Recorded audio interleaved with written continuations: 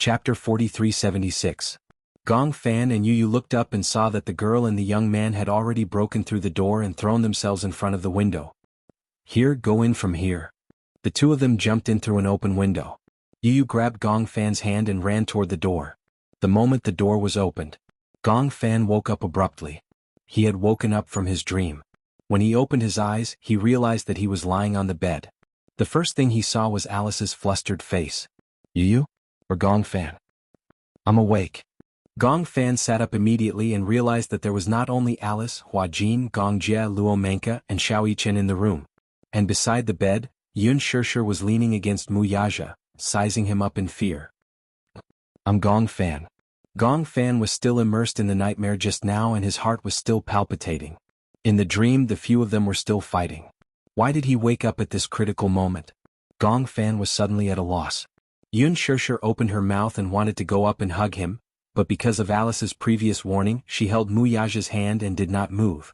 After her wound healed, she did not care about recuperating and rushed over without stopping. She was worried that if she was a little later, she would not be able to see Gong Fan for the last time. Now that she saw that Gong Fan was fine and safe, she did not dare to breathe a sigh of relief. She was worried that she would really lose Gong Fan before she could comfort him for long. This was really a complicated feeling. Yun Shishir sat down by the bed. Gong Fan, are you okay? Mommy? Gong Fan's eyes turned red when he saw Yun Shishir. He never thought that he would be able to see Yun Shishir and Mu Yaja again. He was filled with emotions. He sniffled and said sadly, last time it really wasn't me. It wasn't me. I didn't do anything to hurt you. Even if others don't believe me, you have to believe me. When Yun Shishir heard this, she felt as if a knife had been twisted in her heart. She held his hand tightly and emphasized, if Mommy didn't believe you, why would I come to see you? Why would I accompany you? How could Mommy believe that Gong Fan, whom she dotes on the most, would bear to do something to hurt me? When Gong Fan heard this, he was relieved. With reddened eyes, he snuggled into Yun Shishir's arms. Even though Yun Shishir's wound had not completely recovered, she did not push Gong Fan away. She hugged him tightly, even if it affected her wound. Alice watched from the side. After hesitating for a while, she had to interrupt them. I really don't want to disturb your warm moment, but I still have to say something. Gong Fan, since you're awake, why don't you tell us what happened in the dream? Gong Fan then reacted and said nervously, what should we do? Yu is in danger now. Danger? Do you still remember the dangerous young man I told you about before? Alice and Romanka looked at each other and nodded. He's not dead yet. Not dead. And there was another girl who appeared with him. They seemed to have a clear goal, which was to kill Yu and me. Then they could replace us and take over our bodies. I guess Yu and I both suspect that he was the one who stabbed Mommy. Chapter 4377. Alice analyzed. In other words, he has appeared before, but was it only that one time? Probably. This personality is a rather violent one. Gong Fan frowned. Actually, he should have appeared more than once. Then what about the other man? Luo Menka mentioned the most important point. No matter how powerful that young man is, he might not be a match for that man. Gong Fan shook his head. Who exactly is that man? What is his motive? Why has he been following me and Yu? We don't even know the reason. It's very mysterious. Has he hurt you? No, he doesn't have the chance. Mu Yaja gently tugged at Yun Shishir and said to her, now let's leave this room first. Alice and this professor should take good care of Gong Fan. We won't be of much help to the child here. Okay. Yun Shishir nodded hesitantly and left the room quietly with Mu Yaja. When Gongjie saw this, he also followed them out. Huajin also felt that it was not convenient to stay here, so he told Lisa to stay and also left quickly. Outside the room, there was a row of stools.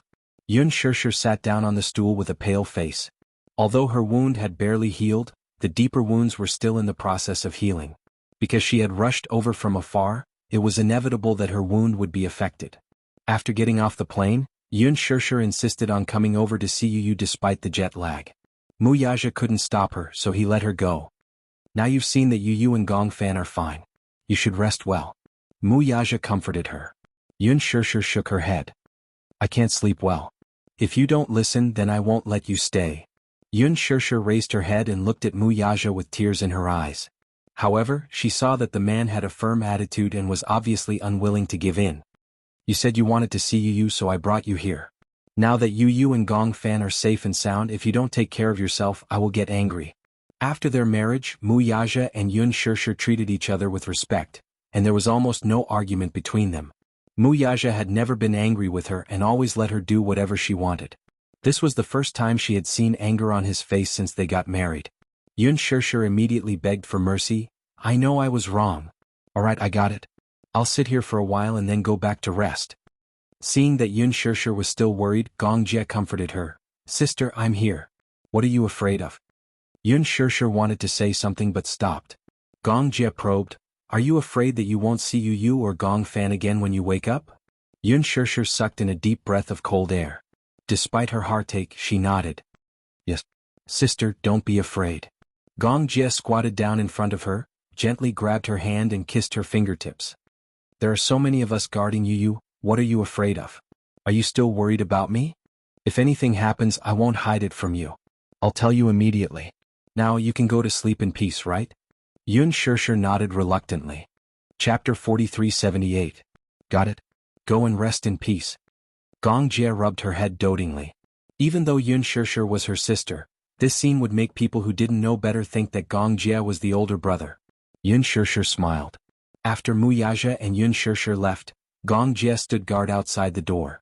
In the room, Alice didn't mince her words. Gong Fan, from what you said, it seems that the situation isn't optimistic. Then let's adjust the treatment plan. Alice and Romanka sat down by the bed one after another and said with a serious expression, Now, we request that if you return to that world, you must kill that young man and that girl by hook or by crook. Also, find the other personalities. If they are bad personalities, kill them directly. Don't leave them alive. Okay. Romanka asked, Do you still remember that manor? Gong Fan was stunned. Yes. That manor is the place where the other personalities live. After all the personalities are gone, you and Yu must burn that manor down. Then what about that hospital? Professor Romanka and I agree that that hospital is Yu's original spiritual world. You don't have to care about it. In other words, the hospital represents the main personality, and the manor is the place where the other personalities are born. If we don't care about the manor, then there will be an endless stream of personalities coming out of the manor. Gong Fan frowned and suddenly realized the seriousness of the matter. He shuddered. But I've been in that manor since I was conscious. That place is like my home. Why didn't I notice anyone else at that time? Alice said, trying to dispel his doubts. At that time, you didn't establish a connection with the other personalities. They didn't know of your existence and you didn't know of their existence. The reason why you can see them now is because Professor Romanka created a dream through hypnosis.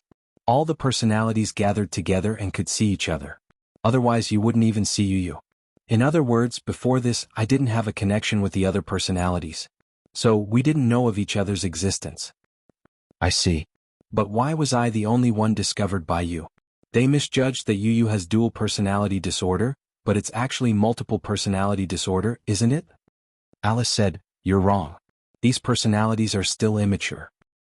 From now on, that manor is no longer your home. Your home is this body. You will become one with Yu. Everything else is not important. Do you understand? Gong Fan nodded his head seriously. Now, do you have any questions? I'm afraid, even if Yu and I work together, we won't be a match for that young man and that man. Gong Fan still had a lingering fear. They are too powerful. I see. At this moment, Alice was also at a loss as to what to do. She looked at Romanka blankly.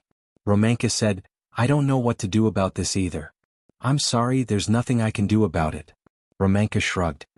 Although it can't be said to be solved by force, perhaps it can be solved by wisdom. Wisdom? In short, you have to think of a way. None of us can do anything about this. We are not in that world, so we can't give an intuitive opinion. Chapter 4379. Gong Fan got out of bed and did a checkup. He ate some food to replenish his energy. Then Luo Manka brought him to the fitness center to train his body. Because he had been lying in bed repeatedly during this period, Gong Fan's physical fitness had declined rapidly. After training for an hour, Gong Fan rested for a while. After dinner he lay on the bed. He entered the dream world smoothly. Gong Fan woke up in that world. When he opened his eyes, he realized that he was in a room. Footsteps came and went outside the door. Yu was beside him, leaning against him tightly. Seeing that he was awake, he finally heaved a sigh of relief. What's going on? Gong Fan saw that the door and windows were locked. The moment he spoke, Yu shushed him warily. Don't make a sound. They're looking for us outside the door. Yu pointed outside the door. Gong Fan immediately nodded. He lowered his voice and told Yu about Alice and Luo Manka's instructions. Yu widened his eyes in shock. Are you crazy? How can the two of us be a match for those two guys? Let's not talk about that man for now. We can't even defeat that young man. Gong Fan's face was dejected. There's no other way. This is our biggest predicament now. Yu leaned his head against the wall. Let me rest for a while. When Gong Fan fainted, Yu helped him down to the first floor. He was so tired that he was half dead. Fortunately, the young man and the girl had not discovered them yet. If they broke through the door, they would escape through the window. Anyway, they were on the way, so they would not be injured if they jumped through the window. If they jumped in through the window, they would turn around, open the door, and run out. However, after enduring the fear for so long, Yu was a little tired. He rubbed his temples and felt that the two of them were really cowardly. If it were Xiao Yichen, he would have gone out and killed them. At this moment, Yu began to envy Xiao Yichen's muscular limbs. Gong Fan said dejectedly, "Don't mention Xiao Yichen anymore. It's not a good idea to keep hiding here." Yu suddenly stood up and carefully searched the room. Seeing this, Gong Fan asked curiously, "What are you looking for?" "Let me see if there's anything convenient that I can use as a weapon. I can't fight him with my bare hands, right?" Gong Fan immediately walked over and picked up the candlestick on the table. "I think this is not bad. The bottom of the candlestick is very hard and the tip can pierce people. It can attack and defend and is easier to hold. It's just a candlestick. If I use it, what will you use?" Gong Fan looked around and saw a vase on the windowsill. He braced himself and picked it up. He pouted and said, "This vase will do. Can also be used for defense." "Why am I so worried about you?" Yu sized up the vase. "Feels so fragile. It will break if I touch it. It's better than being bare-handed. I feel like I don't have any confidence if I don't have anything on me. Is there a gun in the manor?" "I don't know. I don't think so." Gong Fan was silent for a while and suddenly thought of something. "I remember that there was a shotgun hanging on the wall in the reception room of my room." "Shotgun? What shotgun?" Chapter 4380. Is this place far from your room? I'm a little lost. I have to go to the corridor to recall the layout. Yu took a deep breath. After confirming that there were no more footsteps outside, he mustered up his courage and opened the door. There was really no one outside. He probably couldn't find him here and didn't want to go upstairs. Yu was a little afraid of this young man. It wasn't because he was timid. It was because the young man's murderous aura was too terrifying. "I know where this is," Gong Fan recalled. "My room. You have to walk along this corridor and turn left. The first room at the end is mine." Yu looked around. The empty corridor inevitably gave him a creepy feeling. "This place gives me a bad feeling." As Yu spoke, he said to Gong Fan, "Let's go to your room. What if our footsteps attract attention?" Yu raised his eyebrows. "We can crawl over." Gong Fan said. "Can you be more serious?" "I'm already very serious." Yu smiled and grabbed his shoulder. "Actually, as long as you're here, I'm not so afraid. Anyway, I have you. I'm not alone." Gong Fan's heart couldn't help but be touched, but he didn't show it. Instead, he turned his face away awkwardly, but his eyes narrowed into a smile. The two little fellows tiptoed towards the room where Gong Fan was. They were constantly paying attention to the noises around them. As they were vigilant, they tried their best to tread lightly. Soon they arrived at Gong Fan's room. As soon as they entered the room, Yu saw the shotgun hanging on the wall. His eyes lit up. There's really a shotgun. Gong Fan was also relieved, but he was still a little worried. "I don't know if this gun can be used. I always thought it was just a decoration. Let's try it. At least it's a deterrent, isn't it?" Yu immediately went forward, stepped on the stool and took the shotgun from the wall. He fiddled with it but couldn't figure out what was going on. He wasn't good with guns, especially shotguns. He didn't even know how to load or change the bullets. Gong Fan said, "This is a shotgun. It doesn't have a long shooting range, but it's very powerful at close range. The bullets of this kind of gun scatter widely, and it shoots out several bullets at once. As long as one or two hit the target, it will be enough to make him suffer." "I heard that being shot by a shotgun at close range is explosive damage." "Yes." Gong Jie said, "I've heard from Gong Jie that if the shotgun hits the head at close range, the scene would be spectacular." "Oh, so heavy." Gong Fan immediately walked over and took the shotgun from Yu's hands. He looked at it carefully.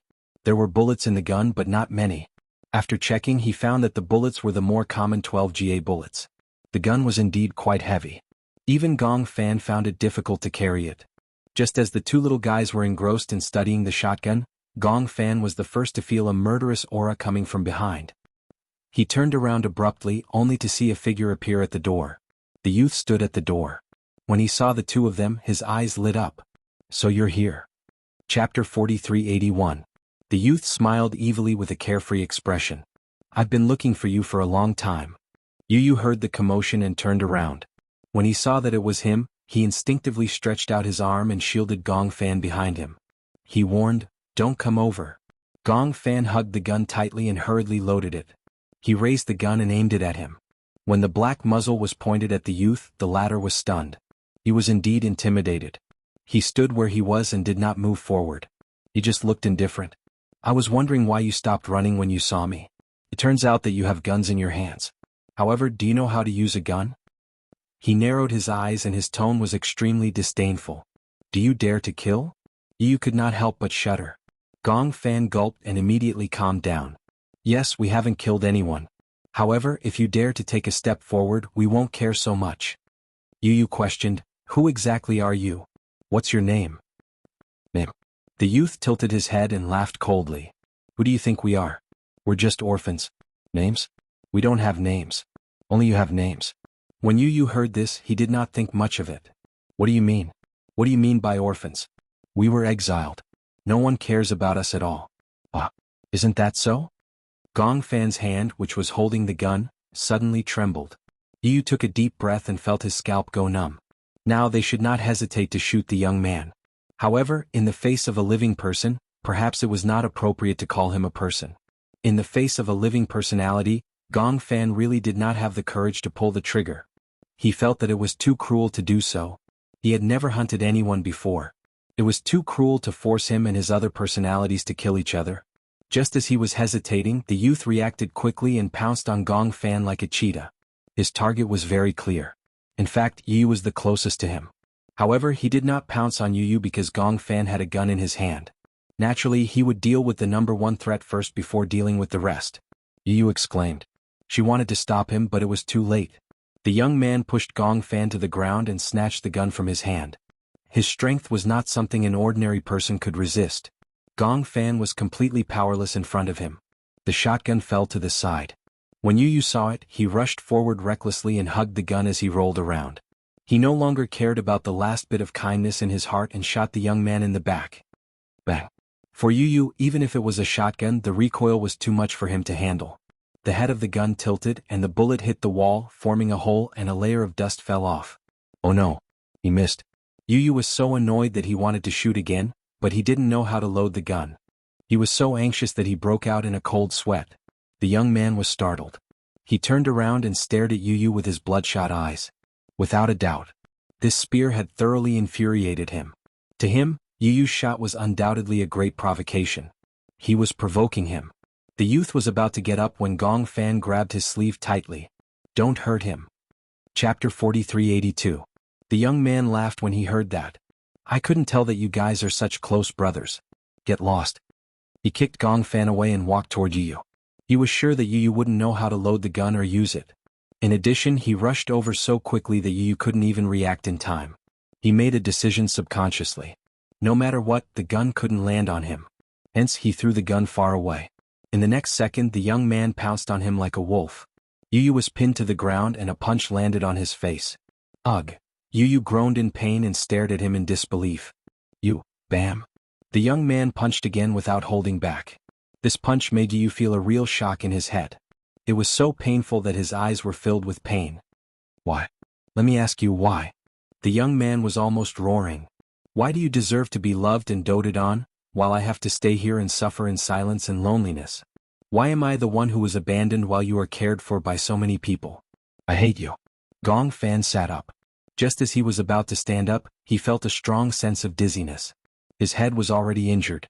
When the young man threw him to the ground, his wound was hit again and he was about to lose his balance. While he was in a daze, he vaguely saw the unfamiliar girl quietly walk to the door and see the chaotic scene in the room. She caught a glimpse of the gun from the corner of her eyes and was stunned for a second before walking towards the gun. Oh. Gong Fan immediately became alert. He couldn't let such a dangerous weapon fall into the girl's hands. He held his head and staggered toward the girl. The girl saw him walking toward her and screamed. Then she quickly picked up the gun from the ground. However, the gun was not loaded at the moment. It seemed that she didn't know much about guns. Hence, she fumbled around anxiously for a long time but still couldn't figure out how to load the gun. The girl was so anxious that she broke out in cold sweat. Gong Fan stopped him. Calm down. We're all the same. Why do we have to kill each other? The girl's scarred face was filled with anger. We are not the same. We are all orphans. Only by killing you can we become the owners of this body. Otherwise, we will only be at the mercy of others. Thinking of this, the girl no longer hesitated. The teenager strangled Yu Yu's neck and suddenly said, "Hold the gun handle and push the handguard forward." That's loading. Don't you remember? I taught you. The girl came to a sudden realization. She pulled the shotgun and successfully loaded it. Kill him. The young man's voice sounded like a curse. The girl pointed the gun at Gong Fan. The black muzzle of the gun was emitting a cold aura. Her finger was on the trigger. With a slight pull, the bullet would rush out of the muzzle and mercilessly pierce through his body. Gong Fan was still some distance away from her. Just as the gun was pointed at him, he suddenly retreated. Bang! Gong Fan fell backward to the ground. With a burst of sparks, the bullet hit the leather sofa behind him, creating a hole. Chapter 4383. The girl's attention was immediately diverted by this voice. In his confusion, Yu Yu felt that the youth's strength had loosened a little because he was distracted. From the corner of his eye, he saw the man who had been following them all the way rushing in. He felt a sense of despair. Presumably, this man, this young man, and this girl were the same. They all wanted nothing more than to kill him and Gong Fan. However, just as he thought this, he saw the man rush toward the girl and snatch the gun from her hand at lightning speed. He held both ends of the gun with both hands and used his knee to break the gun into two. The man threw the gun aside, grabbed the girl's collar and threw her out of the door. Seeing this, the youth's heart ached. He roared and pounced on the man. Yu Yu's brain was in a state of hypoxia. The youth suddenly let go and oxygen rushed into his body, causing a moment of dizziness. He fell to the ground weakly and no longer had the ability to control his body. However, Gong Fan still retained a trace of consciousness. He looked at the man in a daze. He did not deal with them immediately. Instead, he fought with the youth. They fought barehanded and the sound of flesh could be heard. Just by listening to the exaggerated sounds of the punches, one could imagine how painful it would be if those fists landed on one's body. The man and the youth were equally numb. It was obvious that they had no reaction to the pain. However, there was a huge difference in physique after all. The youth was even faster and was at a disadvantage. The man knocked him to the ground with a punch. Moreover, his methods were so sharp that the joints of the youth's arms were dislocated. Ah! The youth's bones were broken and he cried out in pain. He hugged his arms that were hanging weakly by his side and the veins on his forehead were exposed. Why are you helping them? He asked hysterically. Gong Fan was a little stunned. This man wasn't their enemy, but had been silently helping them all this time? Thinking about it carefully, it was indeed not bad. Even though this man was strong, even though this man had been following them from the beginning until now. He had even followed them from corners that they did not notice. However, from the beginning until now, he had not done anything to hurt them. It could be seen that this man's strength was far above the youth's, but he had not hurt them at all. What was going on? Kill them. The young man panted heavily and said to the man, "Otherwise we, including you, will never see the light of day again." This was unfair, wasn't it? We didn't even get a good look at that world? Why did he have to live in such a dark corner? We have the right to exist too, don't we? The man listened, his eyes empty for a second. The young man thought that the man was moved and tried again. Wake up. Even if you help them, they might not be grateful to you. What do you gain from doing this? The man was stunned. While he was distracted, the young man used the last of his strength to pull out a sharp dagger from his waist belt with his dislocated hand and stabbed it into the man's thigh. Hiss.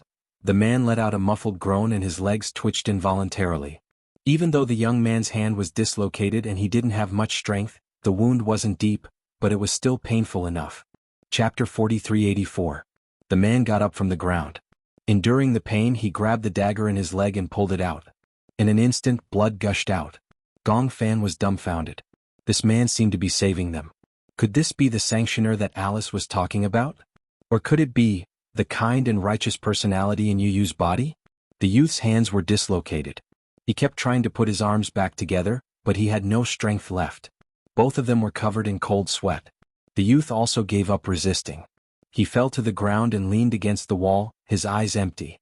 Why? He tilted his head and looked at the man. He was crying and laughing as he muttered, "Why do you want to destroy all my dreams? I just want to live well. Live well. Could it be that this is also wrong?" The man took a deep breath but did not speak. Could it be that he did not know how to speak? Gong Fan was a little suspicious and asked carefully, "Who are you?" Hearing this, the man turned around and looked at him deeply. At that moment, a gentle smile gradually appeared on his cold face.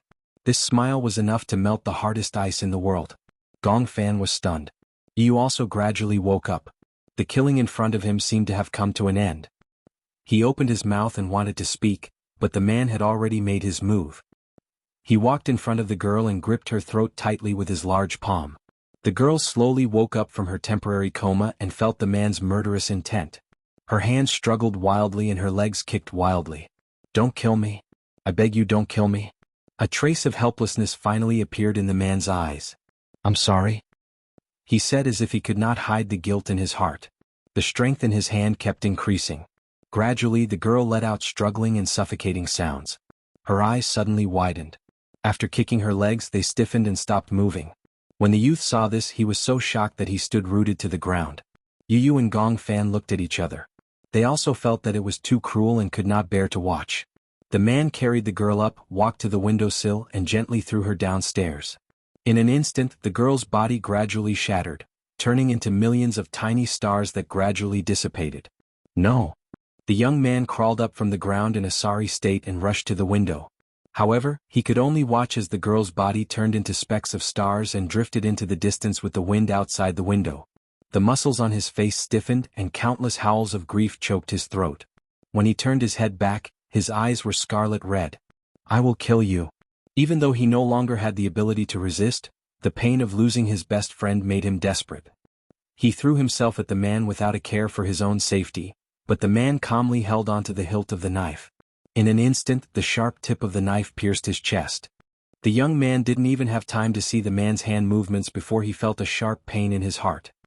He lowered his head in shock, only to see the dagger that had pierced through his chest. His eyelids twitched fiercely as he staggered back and fell to the ground. He could only watch as blood flowed out, but he was powerless to resist death. Chapter 4385. The man remained silent and only looked at him silently. The young man broke down and shouted, "I just want to live, I just want to live well. Why is it right for all of you to be unscrupulous in order to survive, but I can't do the same if I want to live? This is not fair. This is not fair." As the young man spoke, he suddenly choked and spat out a few mouthfuls of blood. Gong Fan stood up shakily and went to the young man, looking at him pitifully. The young man coughed and cried, "Why can't you let me live? Why can't you tolerate me? Why? Don't I have the right to exist in this world?" After shouting for a while, his eyes suddenly widened and he stopped moving. The man came in front of him, squatted down and sighed. He slowly placed his hand on the young man's eyes and gently smoothed them out. The young man closed his eyes and his body gradually turned transparent. Slowly he turned into a star and disappeared. Yu didn't know why, but when he saw this scene he felt sad. The young man gradually disappeared. The dagger fell to the ground with a crisp sound. The man picked up the dagger. Gong Fan couldn't help but be alert. He stood in front of Yu and looked at him warily. You won't do anything to hurt us, right?" He couldn't be sure if the man would hurt them. If he really hurt them, even if it meant risking his life, he would do his best to protect Yu. However, Yu smiled and gently held Gong Fan's shoulder. He smiled weakly and said, "Gong Fan, he won't hurt us. Can't you see that he has been protecting us all this time?" Gong Fan was still in disbelief. He turned to look at the man, but he was puzzled. "Why are you protecting us?" The man didn't speak. Instead, he knelt in front of Yu on one knee and stroked his cheek gently with his large palm. Yu seemed to know what he was going to do and grabbed his wrist. "No." The man was slightly stunned. "Can't we live together?" He paused after every word as if he was trying to persuade him to stay. When the man heard this, he came back to his senses and shook his head with a smile. "Why?" Yu didn't understand. "We can survive together. I'm willing to accept you. Gong Fan is also willing to accept you. My family is also willing to accept you." When the man heard this, his eyes flickered. Gong Fan also understood the man's intention and stopped him. Don't do anything stupid. The man suddenly broke free from Yu Yu's restraints and stabbed the sharp end of the dagger into his heart. He was so ruthless that the dagger sank into his chest. The man groaned in pain and fell to the ground. He leaned against the wall, but he closed his eyes peacefully as if waiting for death to come. Yu Yu's heart trembled violently and tears flowed out of his eyes. He pushed Gong Fan away and crawled to the man's side. He held his shoulders and asked in a trembling voice, "Why? Why did you do this?" The man opened his eyes and looked at him seriously. He gently covered the back of his hand with his bloody hand. His thin lips parted slightly and he finally spoke in a hoarse voice. "You are the proof that I'm alive. You are the proof that I'm alive." Chapter 4386. After the man finished speaking, he calmly closed his eyes. His body, like the young man and the girl, gradually turned transparent. Gong Fan knew that this was a sign that he was about to disappear. It was as if the disappearance of all his personalities would turn into stars and eventually drift into the distance. He wanted to reach out and hold the man's hand, but he grabbed nothing. Yu Yu looked at all of this with a numb expression. Suddenly he understood everything. In ancient times, there was a Mencius who once said, "Man is born good." However, Sun Zi believed that man's life was in heaven. Without heaven and earth, evil is born? Heaven and earth. All things are born in harmony and nurtured in their own way.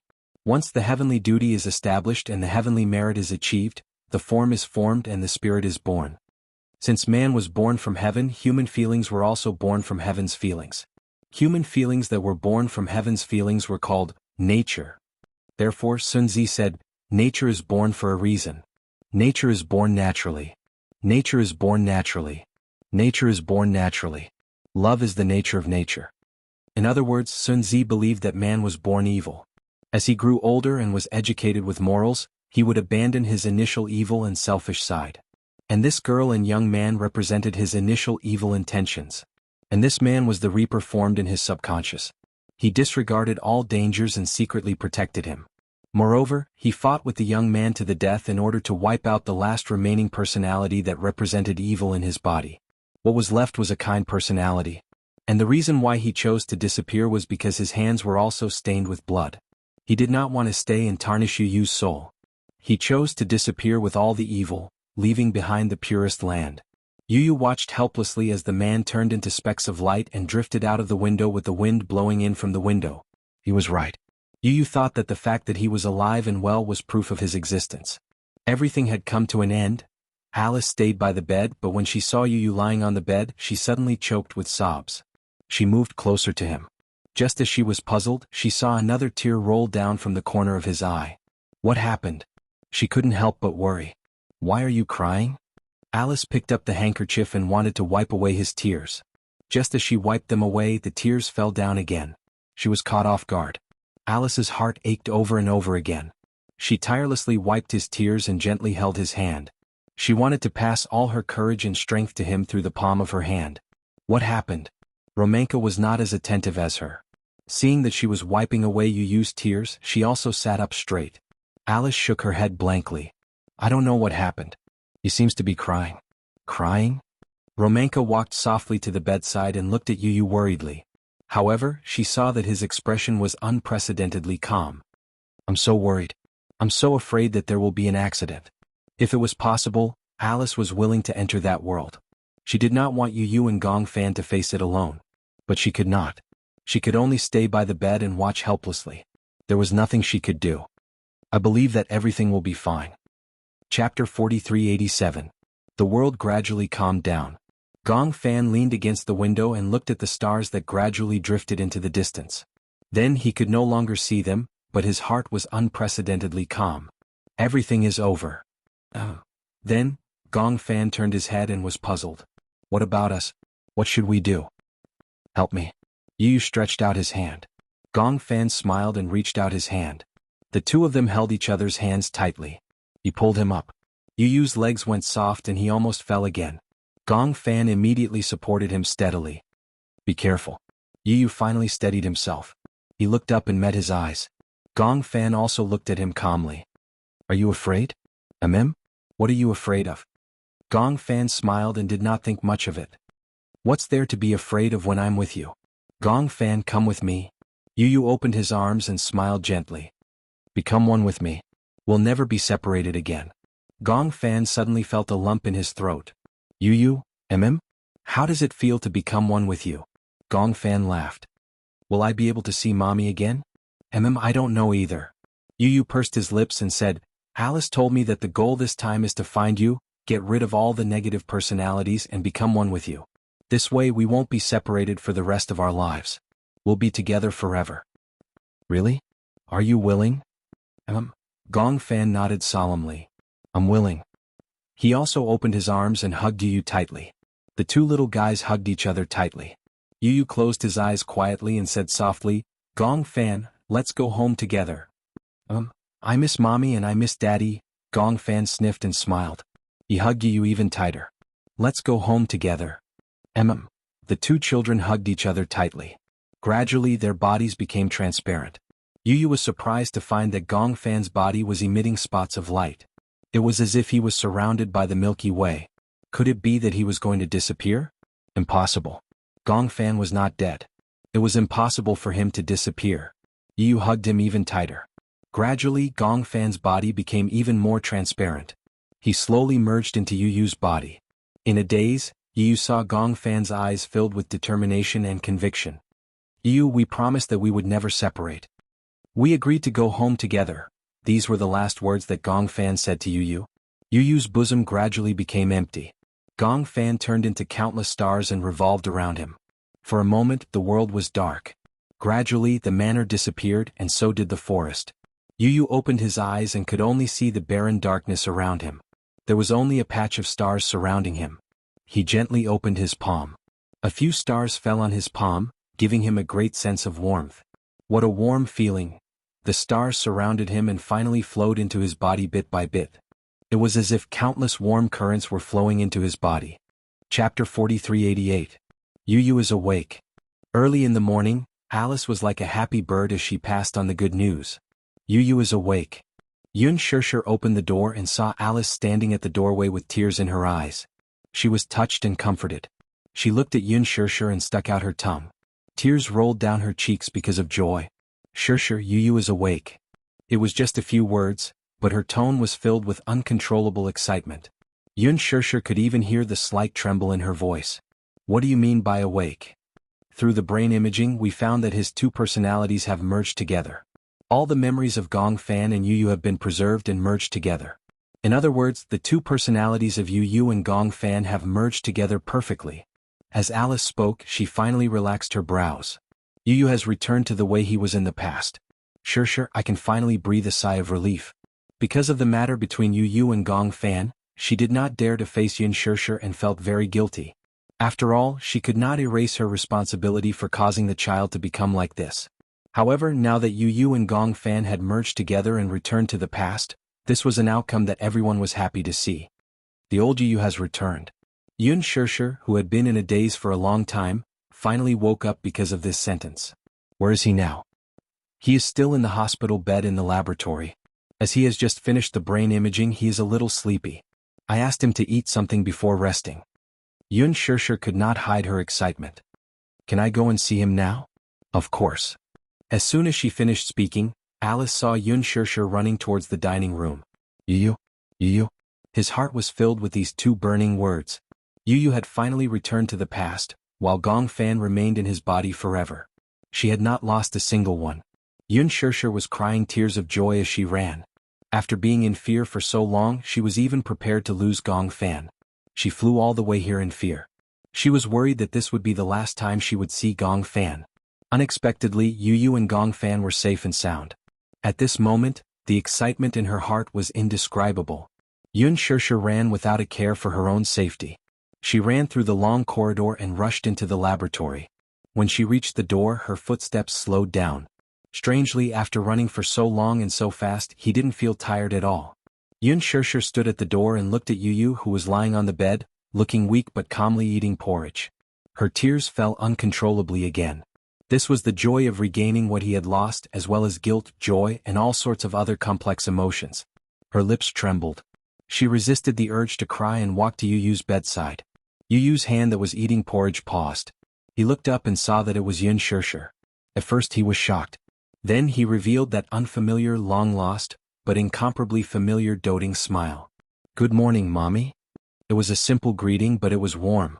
Although Yu and Gong Fan had always been around, ever since the two personalities separated, Yu was no longer the original him. The Yu of the past had a warm smile that was full of doting. Chapter 4389. In this smile, Yun Shirshir vaguely saw Yu and Gong Fan again. They had returned to the past. Yun Shirshir covered her mouth and cried tears of joy. "Boo-hoo," she let out a whimper. Seeing her like this, Yu held his forehead helplessly. "Mommy, why are you crying? Aren't I fine?" Even though he said that, his eyes had unknowingly turned completely red. His lips were trembling badly as if he was trying his best to hold something back. Yu tried his best to smile, but when the corners of his lips curled up, it looked like he was crying. Yun Shirshir couldn't hold it in anymore. She pounced on the bed and hugged him tightly. Mommy missed you so much. Mommy missed you so much." She thought that she would never see Gong Fan again. She didn't expect. At that moment, there were too many emotions in her heart. Yu hugged her too and gently stroked the back of her head. Even though he was still a teenager, his actions exuded a mature aura. "Okay, don't cry, okay? Mommy, I'm sorry to have made you worry." Yu gently patted her face. Then he gently held her face. Looking at the stream of tears on her face, his heart ached. He lowered his eyelashes, leaned closer to her, and gently kissed away the tears on her face. The intimacy between a mother and son was natural. No one could surpass the bond between her and Yu. This had nothing to do with favoritism. During her most difficult time, she and Yu depended on each other. The two of them were each other's strongest support and reliance. This bond was something that even Gong Jie couldn't surpass. The others also arrived one after another. Mu Yaja and Xiao Yichen were the first to arrive, followed by Gong Jie and Hua Jin. When Xiao Yichen saw Yun Shirshir and Yu hugging each other tightly, he was deeply touched. It wasn't envy or jealousy, but an inexplicable sadness in his heart. If he really wanted to say that he was envious, he was probably envious of this bond. Xiao Yichen was also affected by their emotions. His eyes reddened as he held Mu Yaja's hand tightly. Mu Yaja sensed the change in his emotions. He lowered his head and glanced at him, only to see him staring in the direction of Yun Shirshir and Xiao Yichen. The man smiled and put his arm around Xiao Yichen's shoulders, patting him gently. "Aren't you going to hug Mommy and brother?" His reminder also seemed like encouragement. Originally, Xiao Yichen felt extremely guilty because he had doubted Yu and Gong Fan previously. Now, he looked at them and felt touched, but he didn't dare to go forward for fear of being ostracized by Yu. Mu Yaja obviously knew what he was thinking. When they were at the hospital, Xiao Yichen thought that Gong Fan had stabbed his mommy. He was extremely agitated and even said a lot of outrageous things. He was extremely upset. He shouldn't have doubted his brother. Because of this, he felt very regretful and didn't dare to take that step no matter what. After Mu Yaja's encouragement, he finally mustered up his courage. He clenched his fists and walked to Yu's bed. "Yu," he called his name in a deep voice. Yu heard his voice and turned around. When he saw that it was Xiao Yichen, he couldn't help but smile. "Brother?" Her soft brother, made little Yichen feel as if a knife was being twisted in his heart. Chapter 4390. Amused, Yu tugged at his hand. Of all people, this was a sore spot. "No way. Are you crying?" "No." Xiao Yichen stubbornly denied it, but everyone could hear the hoarseness in his voice as he choked on his sobs. In front of Yu, as an older brother, he still had some dignity and did not cry easily. Now that his eyes were red, naturally he did not want Yu to see it. Yu did not stand on ceremony and gently tugged at Xiao Yichen's sleeve again. "Brother?" Xiao Yichen called him brother, again. This time, it hit the weakest spot in Xiao Yichen's heart. "Brother, I missed you. How about you? Did you miss me?" Xiao Yichen lowered his head and laughed. "I missed you." Then, Yu was full of anticipation. "Aren't you going to hug me?" Xiao Yichen turned around and finally looked at him. Yu looked at his red eyes and said angrily, "Why are you crying? I'm not missing an arm or a leg. Aren't I fine?" Xiao Yichen could no longer hold back and hugged Xiao Yichen tightly. Yun Shirshir looked at them with gratification. The reunion of the two brothers caused everyone present to sigh with emotion. Gong Jie too was deeply affected by this. Feeling touched, he stepped forward and was about to reach out to hug the two brothers when Yu raised his head, only to be met with a familiar cold face. "Go away."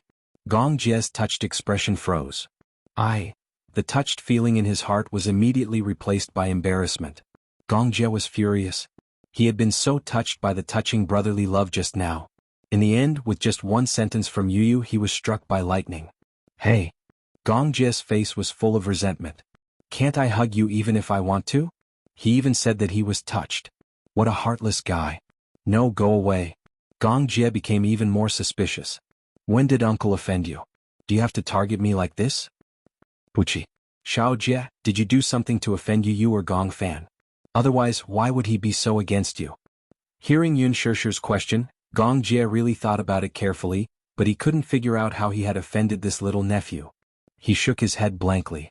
Hua Jin said, looks like you must have offended Yu by accident. Otherwise, why would she target you and no one else? Gong Jie said angrily, you heartless bastard. Why don't you think about it? Uncle has worked so hard to support your little lover. Little lover? Everyone turned pale with fright. These words were undoubtedly like a stone that caused 1,000 ripples. Alice had just arrived with Natalia. Hearing that, she was caught unprepared and burst into laughter. Ah! Yu's face instantly turned red when he heard this. What are you talking about? Yun Shishir's interest was piqued. Little lover? What little lover? Gong Jie obviously didn't know that Alice had arrived with Natalia. He said in all seriousness, Sis, you don't know. Back then, it was this good son of yours who cried and begged me to adopt Natalia. Even a ghost could tell that this guy was up to no good. Yun Shishir heard this and opened her mouth in surprise. No way. Yu is still so young. How can he know all this? How can he have his first awakening of love so early? Children these days are all mature early. Yu retorted unhappily, when did I cry and beg? Who was the one who cried and begged me to adopt her? Chapter 4391. Still trying to deny it? Gong Jie snorted coldly. Uncle worked so hard to raise your childhood sweetheart, but you don't appreciate it at all. You even dissed Uncle. Where's your conscience? Yu immediately explained to Yun Shishir. I just felt that Natalia was staying in such a cold and empty hospital, so I felt sorry for her and wanted to help her find a home. Uncle, you're thinking about things you shouldn't be thinking about. Damn pervert. Gong Jie was furious. Who are you calling a damn pervert? Yu rolled his eyes arrogantly. I'm talking about you. Damn pervert. You. Gong Jie pushed Yun Shishir and Xiao Yichen away and rolled up his sleeves. Fine. Yu, we're not done. With that said, Gong Jie angrily reached out to pull Yu's face. Yu's face was very delicate and couldn't withstand his pulling. His face was twisted out of shape by the pulling. Xiao Yichen held back his laughter and pretended to persuade Yu. Uncle, don't bully Yu. Be careful not to damage his face. I'll take responsibility if it damages his face. Yu didn't cry out in pain. He stretched out his hand and wanted to pull Gong Jie's face back. However, Gong Jie's hand was much longer than his. It was easy for him to pull Yu's face, but Yu couldn't grab his face. Yu was flustered and exasperated. Gong Jie. The little guy was so angry that he called out his name. One could imagine how angry he was. Gong Jie was even more amused. He didn't intend to let go. Who told you to call me a damn pervert? I'll give you a chance. Call me uncle and I'll let you go. In your dreams. Then I won't hold back. With that said, Gong Jie exerted more force. Ah. Everyone was tickled by this. Even Natalia couldn't help but laugh at this scene. Yu had sharp ears and immediately heard her laugh. She turned to look at her and was caught off guard when she saw that she had also come. Let go. He glared fiercely at Gong Jie as if warning him. Gong Jie also heard that Natalia was coming and immediately sent her away. The uncle and nephew looked at the main character awkwardly. Alright, stop messing around. Yun Shishir advised from the side and clapped her hands. Today is a day worth celebrating. Why don't we think of a way to celebrate? When Gong Jie heard Yun Shishir's words, he also felt that it was a good idea. Uncle, how do you plan to celebrate? Why don't we have a barbecue at the beach? Gong Jie has a collection of rare and precious wines in his wine cellar. Let's take them out today and have a taste. Gong Jie's face was full of regret after being betrayed by Alice. No. Those wines are all antiques. No way. Antiques. Muyaja's interest was piqued and he glanced at his brother-in-law. Alice immediately reminded him, it said that he has a bottle of sherry wine from 1775. This wine is very rare and priceless in today's market. Some people will sell it at high prices but it's all fake. Xiao Jie's bottle of sherry wine, however, is the real deal. When he brought it back, the fragrance was unique. Muyaja was in high spirits. Looks like we're in for a treat today. Gong Jie snorted coldly. Don't even think about it. This wine is for me to taste in the future. Don't even think about coveting it. Yun Shirshir felt wronged and said, sherry wine from 1775. I've heard of it but I've never seen it before. Xiao Jie, why don't you take it out and let me see it? Gong Jie was speechless. Chapter 4392. Gong Jie said fiercely, if you want to loot my wine cellar, you'll have to do it over my dead body. 2 hours later. It was dusk by the beach and the waves were rolling. There was barbecue and champagne on the table. On the other side of the table were the hidden wines that Yun Shirshir and Mu Yaja had looted from Gong Jie's wine cellar. Gong Jie sat weakly on the beach chair as if he was paralyzed. His eyes were empty and he looked as if he had nothing left to live for. Yu Yu and Xiao Yichen looked at him with heartache, but they didn't know how to comfort him. Yu Yu sighed. So pitiful, Xiao Yichen nodded. Yes, very pitiful. If I hadn't heard from Alice, I wouldn't have known that uncle was so rich. Sherry wine from 1775. Pop. Mu Yaja opened the cork of the sherry wine. The captivating aroma was carried by the sea breeze to Gong Jie. Gong Jie turned his head and looked at the sherry wine that he had hidden for so long in Mu Yaja's hand. His heart ached so much that he almost couldn't breathe. My sherry, men don't cry easily. However, at this moment, Gong Jie couldn't help but tear up. He had never been in a relationship before, so he didn't know what it felt like to be heartbroken. It was probably as painful as he was now. He was heartbroken. Here comes the main event. Alice held the wine glass and happily went over to Mu Yaja. She poured half a glass of wine but she couldn't bear to drink it. If she drank it, it would cost more than tens of thousands of US dollars. This sherry wine was Gong Jie's heart, Gong Jie's liver and Gong Jie's spleen, lungs and kidneys. At the thought of this, Alice was strangely excited. It was very difficult for her to take advantage of Gong Jie. Alice walked up to Gong Jie. Seeing that he was still gloomy, she raised her eyebrows as if to provoke him. Xiao Jie, aren't you going to have a drink? There were a total of 2 bottles of sherry wine, but with so many people each person only had 1 glass and 1 bottle was soon empty. Gong Jie glared at her. Are you very pleased with yourself? To be able to taste sherry wine while I'm still alive, of course I'm proud. Alice raised her goblet and smiled obnoxiously. There's an old saying, enjoy life to the fullest. What a great saying. Enjoy life to the fullest. Gong Jie gritted his teeth and stood up from the recliner. Everyone was drinking. Wouldn't it be a pity if he didn't drink after saving him? No way. He wanted to drink and he had to fight for it. This was his wine and he had to drink it sooner or later. If he drank too much, he would end up in his stomach, lest others covet it.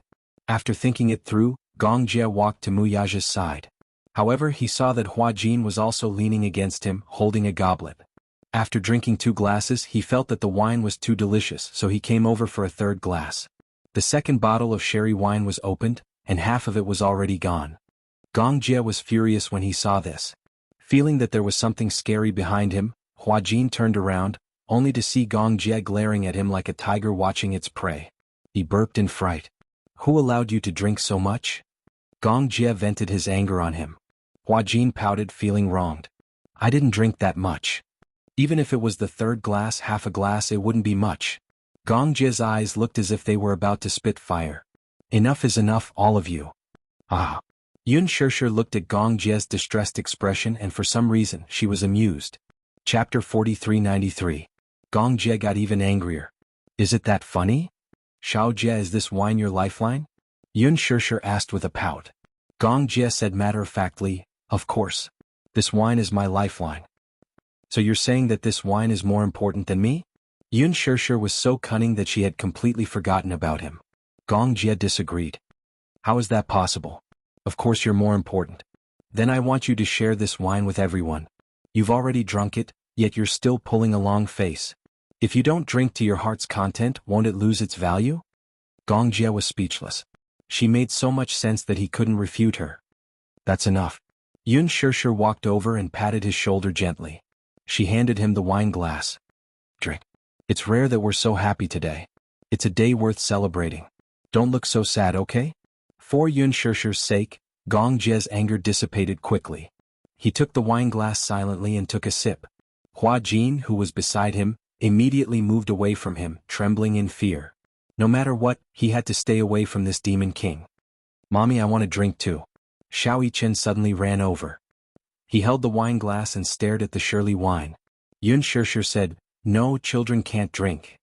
It's just red wine. It doesn't matter. Besides, every bottle of Shirley wine I drink is one less bottle. When I grow up, I won't even have the chance to drink it. That was heart-wrenching. This sentence undoubtedly dealt another heavy blow to Gong Jie. That's right. The more he drank, the less he would drink because it was limited. He wouldn't have the chance to drink it again in the future. Yun Shishir couldn't persuade Xiao Yichen and could only pour half a glass for him.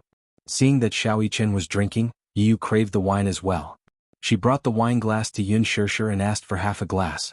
Cheers? Cheers. Ding. Ding sounds were heard. Several people raised their goblets and toasted. Yun Shishir walked up to Gong Jie and winked mischievously. Come Xiao Jie. Cheers. For some reason, when he saw Yun Shishir's gentle smile, the haze in his heart was instantly swept away. He gladly raised his goblet and clinked it with hers. Cheers. I'll do it. You can do whatever you want. Yun Shishir seemed to be in high spirits, so she drank all the wine in the cup in one go. With a smile on his lips, Gong Jie downed the wine in his glass in one gulp. One must enjoy life to the fullest. Cherishing every day, cherishing every moment, this was the profound meaning of happiness. Gong Jie raised his wine glass and looked at the moon in the sky through the transparent crystal glass. His eyes narrowed slightly and his gaze became blurry. It was as if his soul had been drawn away. The sea breeze blew gently, making one feel comfortable. Yun Shishir was soon half drunk. Alice, Hua Jin, and Natalia surrounded the barbecue and spared no effort in grilling scallops. Hua Jin didn't have much experience, but Alice had always been by the sea. Thus, she had many tricks for grilling scallops and oysters. After a while, an enticing aroma filled the air with the sea breeze. It smells so good. A few gluttonous people walked over when they smelled the aroma. Alice placed the grilled scallops and oysters on a plate and sprinkled some seasoning. It was comparable to a barbecue feast at a five-star restaurant. Those who don't know better would think that you're a five-star chef, Hua Jin said quietly. Chapter 4394. When Alice heard this, she did not think much of it. What? The chefs on the island roast better than me. I learned it secretly. The seaside is so nice. Hua Jin sighed from the bottom of his heart. Alice was a little surprised when she heard this. Why do you suddenly have such a sigh? Because the seaside is so beautiful. Don't you think so? During the day you can swim and dive in the sea. At night you can sit quietly by the sea, enjoy the sea breeze and eat seafood. It's the most comfortable feeling in life. Shallow. Alice gave a pertinent evaluation. Why do you say that? Living by the sea actually has many advantages. For example, the sea view is very beautiful. There is very little noise by the sea. You can swim every day. There are many minerals in the sea that can improve your skin and improve your physical fitness. The air is also very fresh. However, the sea breeze always carries a fishy smell. In addition, there are many problems with humidity by the sea. For example, clothes are always easy to get wet. The railings of the doors and windows are easy to corrode. Moreover, it's easy to get rheumatism. If you encounter a typhoon or a tsunami, living by the sea is simply a disaster. Hua Jin was slightly stunned. He seemed to have really not thought of these problems. So, there are many sides to every problem. Life is never perfect. It is always accompanied by all kinds of regrets. Yes. However, there are happiness and regrets. This is life. Perfect. Don't you feel that it's boring? Alice raised her wine glass and gently swirled the wine in the glass with a deep smile. Life is to experience all kinds of ups and downs.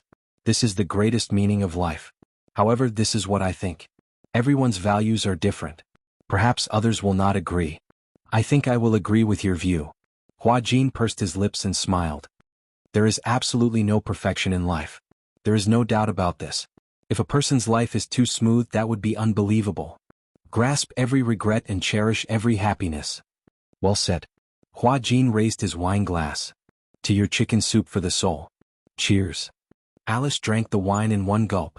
Yu suddenly muttered, "What are you guys talking about? The scallops are about to win." Alice looked at her own barbecue grill. Sure enough, the scallop meat was trembling and making a slightly charred sound. Haha, this is also one of the regrets of my life. Hua Jin put the burnt scallop aside. A burnt scallop is an imperfection in life. Alice smiled knowingly. Not far away, Gong Jie was lying on a recliner, watching this harmonious scene, especially when he saw Hua Jin and Alice talking and laughing. He didn't know why, but he felt a little irritated. The two of them seemed to be getting along quite well. Could it be that Hua Jin was interested in Alice? Thinking of this possibility, Gong Jie felt a strange sense of crisis. Even he himself did not understand why he had such an inexplicable feeling. At night, after the party was over, Hua Jin walked back to his room. In the corridor he unexpectedly bumped into Gong Jie. He leaned against the door of his room with his arms crossed as if waiting for someone. Hua Jin couldn't help but feel strange. It's so late. Why aren't you going back to your room to rest? Chapter 4395. It can't be? You're drunk? Hua Jin sniffed and looked up, but his eyes met with Gong Jie's deep gaze. He got a shock and deliberately distanced himself from Gong Jie. Gong Jie couldn't help but tease him. Am I so scary that you want to keep your distance from me? Drunk people like to find fault with him. Of course he had to keep his distance. Besides, Gong Jie was so violent. What if he got drunk and lost control and beat him up? Hua Jin looked at him anxiously. Calm down. How am I not calm down? Then, since you're drunk, you should go back to your room and rest. How can you tell that I'm drunk? I can tell from how much you talk. However, Hua Jin only dared to say that in his heart. If he said that in front of Gong Jie, wouldn't he be courting death? You like Alice? Gong Jie's sudden question made Hua Jin stunned. What? Alice is such a scary woman. In the room, Alice had just finished bathing. She came out in a bathrobe and sneezed loudly. Who's talking bad about me? She muttered to herself as she walked towards the bed. What's scary? Do you know what her biggest interest is? Hua Jin's curiosity was piqued at once. What is it? Dissection. She especially likes to study the human body structure. She has dissected countless corpses. When she used to eat steak, she dissected it with a scalpel. Wretch. Hua Jin couldn't take it anymore and almost vomited. I'm not interested in Alice. Gong Jie raised an eyebrow and looked at her from the corner of his eyes. Then why did you chat with her for so long? He knew it now. This Gong Jie must be secretly in love with Alice. So, seeing that Alice chatted with him for so long, he was a little jealous. At this moment they wouldn't come to denounce him, would they? Don't worry, I won't fight with you. Hua Jin promised him solemnly. This time it was Gong Jie's turn to be confused. What did he mean by that? Not competing with him? Snatch what? Don't worry, I will keep a distance from Alice in the future. Hua Jin gave another guarantee. When Gong Jie heard this, he felt satisfied. Rest early. After Gong Jie finished speaking, he leisurely went back. Hua Jin looked at Gong Jie's departing back with a face full of question marks. He was suddenly at a loss. What a weirdo. Hua Jin entered the room and recalled Gong Jie's unfathomable expression. The more he thought about it, the stranger he felt. After recuperating at sea for a few days, Yun Shishir's wound healed very quickly. She told Mu Yaja that she wanted to stay on the island for a few more days. Coincidentally, Yu Yu and Xiao Yichen also wanted to stay on the island for a few more days. However, there were still many matters piled up in the Xinyu financial group waiting for him to deal with. Hence, Mu Yaja chartered a plane to return to the country first. His time on the island was equivalent to a vacation. Yun Shishir knew that Gong Xiaoying was also on this island. However, perhaps he was worried about her, or perhaps he was afraid that Yun Shishir would not want to face him, so he did not appear in front of her. Yun Shishir knew in her heart that Gong Xiaoying was avoiding her. However, she also understood that he was avoiding her for her sake. He did not want to embarrass her. On this day, Yun Shishir suddenly said to Gong Jie, I want to see him. Chapter 4396. Why do you want to see father all of a sudden? Gong Jie was pleasantly surprised. He held Yun Shishir's shoulders in disbelief and asked, Have you decided to forgive father? Yun Shishir did not answer. Instead, she looked deeply at Gong Jie. The relationship between him and me is very complicated. However, I had secretly promised that if Yu was safe and sound, I would choose to let go of everything and not bear any grudges. Now that Yu is really safe and sound, perhaps even God is guiding me to forgive him. You, Gong Jie was comforted and asked, Don't you hate him anymore? Of course I do. How can I not hate him? As Yun Shishir spoke, she sighed and turned to look at the boundless sea. She smiled and said, I admit that I was too vicious in the past. At that time, I blamed all my misfortunes on him. Actually, she understood. All the fortune and misfortune in her life had been caused by that man. It was because of him that she had become an orphan. However, it was also because of him that she had become entangled with the Mu family. Everything that had happened after that, including the entanglement between her and Mu Yaja, was also because of him. However, all the misfortunes had made her hate him. However, she had not been grateful to him for all the good things that had happened. She wanted to punish him with such unfairness. However, in reality they were the ones to be punished in the end. There was no winner or loser between the two of them. She had decided to let go of all her grudges. It could be considered as doing it for her family. It was not good to be too vicious in her body and in her heart. Muyaja was also aware of her decision. She had already told him in advance and asked for his opinion. What opinion could Muyaja have? After all, Gong Xiaoying was her father, her biological father. Blood was thicker than water. There were some things that could not be severed in this lifetime. Muyaja still had some opinions about this father-in-law of his. His own son had been cheated by his grandfather, and he had been cheated so miserably. As a son-in-law, no matter how much he tolerated it, he still had a sense of propriety. However, when Yun Shirshir told him that she had decided to forgive Gong Xiaoying and asked for his opinion, Muyaja said, "This is a grudge between you and your father. It's not appropriate for me to get involved. However, no matter what decision you make, I will support you." Therefore, Muyaja left Dark Wind Island in advance and returned to the country. He wanted to leave Yun Shirshir and Gong Xiaoying behind to deal with this matter.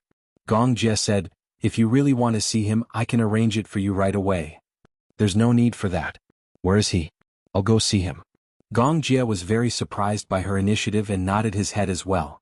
He made a phone call. "Jed, where's my father now?" Zephyr Island is huge. On the huge island, many corners were filled with cameras. Jed was the designer in charge of security. No matter who the culprit was, as long as he called him, he would be able to find them immediately. "Master is in the castle." He reported Gong Xiaoying's location and did not ask too much. Gong Xiaoying brought Yun Shirshir to the castle. After entering the castle, Gong Jie first brought Yun Shirshir to the living room. Then he went to the study on the third floor to look for Gong Xiaoying. In the study, Gong Xiaoying was staring at the photo on the table in a daze. In the photo was a family photo of Yun Shirshir and Muyaja. Gong Jie was also in the photo and even Hua Jin was in it. However, he was not in it. This family photo was brought back by Gong Jie. Chapter 4397. He specially printed an extra photo and gave it to Gong Xiaoying. From then on, this photo replaced Mu Qingqing's photo in a photo frame and was placed on the desk. This was a place where he often saw it. Every time he felt tired, he would hold the photo and look at it for a while. His fingers caressed Yun Shirshir's face, Yu's face, Xiao Yichen's face, Yuyao's face. This was a concern that he could not let go of no matter what. Other than that, he did not have any other thoughts. Originally, he was very obsessed with acknowledging Yun Shirshir. He wanted to acknowledge her as father and daughter. Even if he had to resort to unscrupulous means, he would not give up until he achieved his goal. However, when he saw the series of pain that his decision had brought to Yun Shirshir, it was impossible for him not to be upset. He realized how selfish his thoughts were. It was because of his selfishness that Mu Qingqing did not pick him up at the last moment. It was because of his selfishness that the daughter he cared about the most, who had been homeless for so many years, he had repeatedly hurt her because of his ignorance. He finally figured it out. Acknowledging her as father was not worth mentioning compared to his daughter living a good and happy life. Therefore, Gong Xiaoying did not ask for anything. As long as Yun Shirshir could live a good and peaceful life, he did not ask for anything else. He did not expect to be forgiven. Although, if Yun Shirshir would never forgive him for the rest of her life, perhaps this would become a heavier regret than Mu Qingqing. However, this was his own doing and he could not blame others. Even if Yun Shirshir really did not forgive him, it was only right. He did not force anything. He was staring at the family photo in a daze when a voice suddenly came from beside him. "Father?" Gong Jie's sudden voice startled him. Gong Xiaoying looked up in surprise. When he saw Gong Jie pushing the door open and walking in, he immediately became serious. "Why did you come in without knocking?" Gong Jie said confidently, "I knocked on the door." "Are you deaf?" Gong Xiaoying was speechless. This kid was really becoming more and more impudent. In the past, she had always been well behaved in front of him. Gong Xiaoying awkwardly put the family portrait back to its original position. He cleared his throat and asked, "Your sister, did she leave?" "No." "Oh? How long does she intend to stay on the island?" When Gong Jie heard this, he was a little suspicious. "Father, are you chasing her away?" Cough. Gong Xiaoying glared at him awkwardly. "Why would I chase her away? It doesn't matter how long she stays on the island. He could afford to raise her for the rest of her life. He could even support the Xinyu financial group behind Muyaja, let alone Yun Shirshir." Gong Xiaoying pretended not to care and said, "If she likes it here, then let her stay for a while. The scenery here is good. It's not bad as a vacation spot." Gong Xiaoying introduced the island as if he was introducing a vacation spot. He pretended to casually ask her to stay, which made Gong Jie not know whether to laugh or cry. At the same time he felt a little sorry for her. Gong Xiaoying could not appear, but as a father he definitely hoped that Yun Shishir would stay on the island for a few more days. This feeling was like knowing that his daughter was on the island. Although he could not see her, he felt inexplicably at ease. After the age of 50, Gong Xiaoying had this feeling. Some people, once you met them, you would not see them again. Life was long and counting down. Chapter 4398. There were too many regrets in his life. As time passed, he cherished this little happiness even more. There was a sense of security because she was by his side. Even if he couldn't see her, it didn't matter. Gong Xiaoying couldn't show too much concern and could only ask Gong Jie indirectly. Does she like this place? Is she used to living here? Sometimes the sea breeze is strong and the waves are strong. As a man, you should protect your sister well. Gong Xiaoying asked one question after another, all of which were details. When Gong Jie heard this, he actually had the urge to cry. Gong Xiaoying had never shown this side of him before. He carefully tried to find out news about her from him. He wanted to give her the best and wanted her to stay on the island for one more day. That kind of cautious feeling was as if he would feel annoyed if she didn't like the small details. He was a devoted father who wanted to give her the best from the bottom of his heart. Why don't you ask her yourself? Ask her? Gong Xiaoying smiled helplessly. She hates me so much, how can I appear in front of her? As a father, I'm not qualified. As her younger brother, you can't wrong her. Do you understand? Father, you don't have to give orders like an officer. If she doesn't forgive you, are you going to hide from her forever? Gong Xiaoying was unhappy. When did I hide from her? Otherwise, why didn't you see her when she was on the island for so long? Gong Xiaoying was a little angry. So what if I see her? At that time she was worried about you and I didn't dare to disturb her. Moreover, the person she didn't want to see the most was me. What if I suddenly saw her and she ran away in anger? So you're like a coward, locking yourself in the study and secretly looking at the family photos? Gong Jie's words were not pleasant to the ears. Gong Xiaoying was unhappy because of this. Your tone today is very problematic. What do you want to do? Provoke me? I'm just here to tell you. Gong Jie bent down and stared into his eyes. If she wants to see you, will you see her? Gong Xiaoying was stunned when he heard this. She wants to see me? Yes. When Gong Xiaoying heard this, he immediately disagreed. How is that possible? Who are you trying to fool by saying this? Why would she want to see me? What good would it do me to lie to you? Gong Jie shrugged innocently. Besides, she's downstairs. You'll know whether I'm lying to you or not. Are you afraid to go?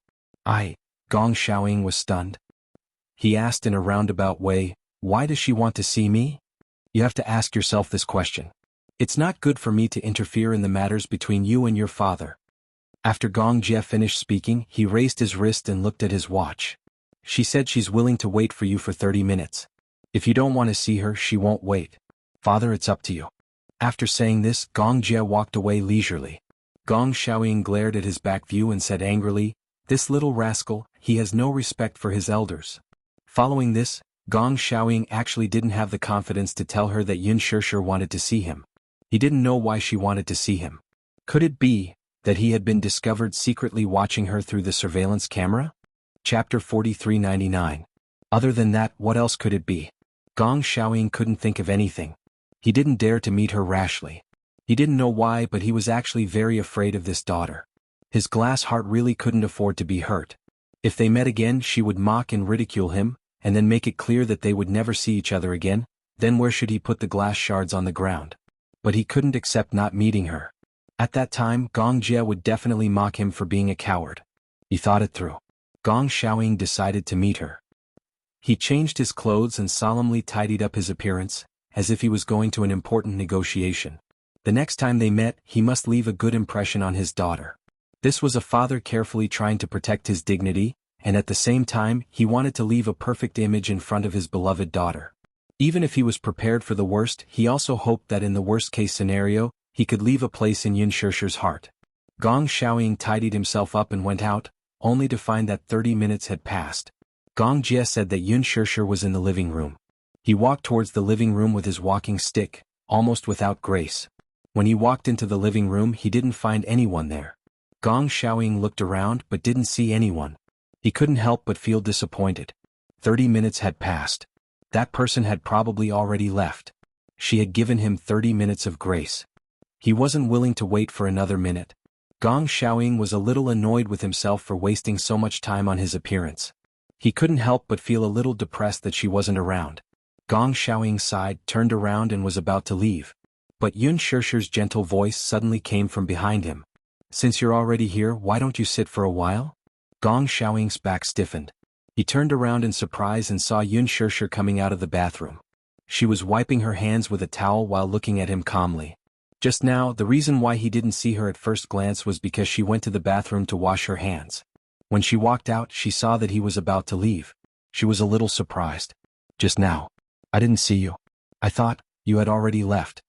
Facing her like this, he seemed a little embarrassed and nervous, so much so that his words were not as swift and decisive as before. In the past, no matter who he faced, he always had a feeling of superiority. Even when facing her, it was the same. Knowing that she was still alive when he went to see her, he wanted to give her the dignity and aura of a father. But that was just how people were. It was just that he had lost it once and did not know how to cherish it. Now he didn't even care about grace. Just speaking carefully in front of her was enough to make her tremble with fear. "Are you not going to sit? I brewed some tea and it's getting cold now." Yun Shishir took the lead and sat down on the sofa. She had already brewed a pot of tea on the coffee table. There are many good teas on the island. I've never seen some of them before. Using this topic, Gong Xiaoying broke the deadlock. "Do you like black tea or green tea?" "Whether it's black tea or green tea, I don't refuse any. But compared to green tea, I prefer black tea. Especially in winter when I brew a cup of Jinjun Mei and Chimen tea, I feel my body warming up." "I like black tea too. I heard from Xiao Jie that you actually like coffee the most." Chapter 4400. Yun Shishir said, "Like my mother, she loved coffee too. However, at that time, coffee was too expensive, so she would often brew flower tea to drink." "Flower tea?" "Yeah." It was rare for Yun Shishir to talk about their childhood with Gong Xiaoying. "When I was young, I still remember the place where we lived. It was very small and simple. It was a typical old, run-down and small neighborhood with only one bedroom and one living room. The place wasn't big. A monthly rent of 300 to 100 yuan was very expensive at that time. Although the living room and bedroom were very big because there were 3 of us, my mother placed a small bed in the living room to train Xiao Jie's independence. My mother and I slept in the bedroom. The kitchen wasn't big and the bathroom was small. When I was young, I could only squeeze in the bathtub with Xiao Jie. When I was young, my health wasn't very good and I often caught colds from the cold. However, although the house was small, the garden that came with it was very big." "Garden?" Yun Shishir nodded. "Yeah. I remember that when we first moved in, the garden was already abandoned. Although it's called a garden, it's actually just a flower bed surrounded by weeds and withered leaves. Mom was very satisfied when she saw the flower bed. Although 300 yuan is very expensive, she still bought it without hesitation." Gong Xiaoying said, "Your mother liked flowers and plants very much." "Yeah, she was especially particular about them. After moving in, she spent a day tidying up the house and another day taking care of the flower bed." "Oh." Following Yun Shishir's description, Gong Xiaoying's heart calmed down. He couldn't help but imagine the layout of the house where the 3 of them rented and that small but warm little garden. "My mother was very tired every day. Because she had to take care of us, it was inconvenient for her to go to work at the factory. Moreover, at that time, the Mu family was looking for her everywhere, so she was afraid. Therefore, she hid at home washing clothes, sewing clothes and taking care of the children. Sometimes she would take some odd jobs back home." At the mention of Mu Qingqing, many memories flew in Yun Shishir's mind. Those memories were like a revolving lantern, appearing in her mind scene by scene. Even after so many years, she still couldn't forget Mu Qingqing's voice and appearance. Her every frown and smile made her yearn for her very much. Gong Xiaoying asked, "What kind of odd jobs?" "The kind of assembly of small parts. She gets paid according to the number of parts she made. It cost 50 cents to make one. Every day her mother would make 100. Although she could make 50 yuan a day, it was really tiring. It's really tiring." When Gong Xiaoying heard this, he frowned slightly and fell into deep thought. 50 yuan? At that time, to him, it was probably just a dessert. However, Mom was very optimistic. She didn't make a fuss no matter how tired she was. Sometimes, when she couldn't get any work, she would happily go to the back garden to take care of her flowers and plants. But most of the time she liked to sit by the window and look out. But we really don't know what she's looking at. Later I found out. She was waiting for someone by the window. She was like a stubborn soldier. Even if she was wounded and exhausted, she still held her sword and held on to the last lonely city. Chapter 44:01. I still remember that the neighborhood was quite messy. At that time, this small district was actually a slum area. There were also many workers who came to Shangjing to work. However, many drug addicts and people with criminal records lived there. When Mom came home from grocery shopping, people would often whistle at her. Every night, she would be afraid and lock the door several times. Sometimes, strangers would knock on the door in the dead of the night. Mom would be so scared that she would hide under the blanket and hug me, trembling. But little Jie is the only one who sleeps soundly every time. Gong Xiaoying listened carefully. He did not expect that Yun Shishir would be willing to tell him these things. However, these were exactly what he wanted to hear. He especially wanted to know how Mu Qingqing lived during that period of time. She must have had a hard time raising 2 children. Every time he thought of this, Gong Xiaoying's heart ached. However, what was the use of heartache? She had already passed away. Yun Shishir said, I remember that there was a period of time when everyone in the neighborhood was in a state of panic. This was because a murder case was discovered in the neighborhood. A prostitute died in a rented apartment. It was said that she had recruited a customer who was a drug addict. When he entered her apartment, his drug addiction kicked in and he asked her for drugs. She did not do this business at all, so where would she get drugs from? That customer went crazy and killed her cruelly. The corpse was left in the rented apartment and no one cared about it. The prostitute also had a child who was only 3 years old at that time. The police analyzed that after 7 days, the neighbor smelled a stench and called the police.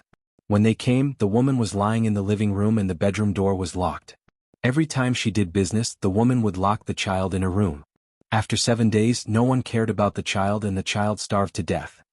These stories were unheard and unimaginable by people at Gong Xiaoying's level. At that time, many people said that the murderer was a psychopathic murderer who was out to take revenge on society, especially on women who lived alone with children. They bullied such people. Before the case was solved, the entire neighborhood was filled with rumors.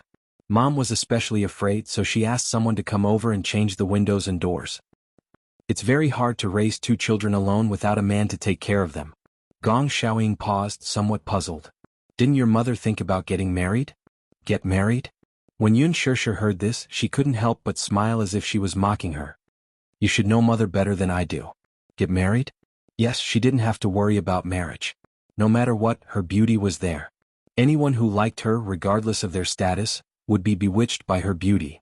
But then little Jie and I would have a stepfather. She doesn't want us to be wronged. She felt that she would definitely be able to wait for the man in her heart, and that man would definitely not let her down. I didn't let her down. Gong Xiaoying said dejectedly, I thought that she didn't want to go with me, so I was very disappointed. I didn't know that she was under house arrest. After that, she secretly gave birth to Yuan Shaojia. I only found out about this later. Yes. Yun Shishir's eyes reddened as she asked sadly, but didn't she send you a letter? Why didn't you look for her immediately? Gong Xiaoying was speechless. Chapter 44:02. That was a crucial move. She couldn't leave him. He thought that if he dragged it out, there would be no problem. It wouldn't be too late to pick up Mu Qingqing after he was done with the matter at hand. And that business became the cornerstone of the Hurricane Group's future. But, because of a mistake, he lost the love of his life. He had always been confident, but he didn't expect that this decision would be the one he regretted the most in his life. He didn't go. You love the country, but you love the beauty even more. But between the beauty and the country, you chose the country. My mother, on the other hand, died without a status. Yun Shishir said with heartache. Even in her final despair, she was still calling your name. I heard it, but in the end she didn't see you. Gong Xiaoying's lips trembled violently. Every time he thought of that scene, just imagining it made his heart ache and suffocate. I'm sorry, Gong Xiaoying felt extremely guilty. He couldn't remember how many times he had apologized. Looking at the photo, looking out of the window, looking at the sky, sometimes dreaming of him or thinking of Mu Qingqing, he would feel guilty and apologize. But he couldn't remember how many times he had apologized. Yun Shishir was indifferent when she heard that. She shook her head gently. I'm not here to blame you. Moreover, you don't have to apologize to me. Fate is sometimes like dominoes. If there's a missing link in the middle, the outcome will be different. It's also because of you that I met my true love and had 3 cute children. But Dad, the person you should feel indebted to is not me but Mom. Dad? Gong Xiaoying didn't react at first, but he was really sensitive to the word, Dad. When he heard this sentence he was stunned. He raised his head in disbelief and looked at Yun Shirshir. She looked at him calmly. There was a faint smile at the corner of her mouth. It was relief, calmness, gentleness, and at the same time a little mockery. I originally thought that I would never say this word to you in this lifetime. She paused and continued, not only did you hurt my mother but you also hurt Yu and Gong Fan. You even hurt Xiao Yichen. Logically speaking, I shouldn't forgive you. I shouldn't forgive you in this lifetime. Gong Xiaoying gulped. The man who was originally in high spirits was now sitting in front of his daughter, but he did not dare to speak. He was afraid that if he said something wrong she would be angry again. However, at this moment he had too many doubts in his heart. This was nothing.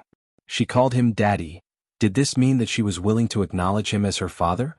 Gong Xiaoying was agitated, uneasy, speculating, and suspicious. There was a hint of caution in his eyes, which made Yun Shirshir feel a little sad. Mother must really want me to acknowledge you. Sometimes in my dreams I would dream of her. She stood in front of me, smiling, looking at her as if I saw myself. The reason why I have such a deep impression of her appearance is because I really look like her. Perhaps this is also a kind of inheritance.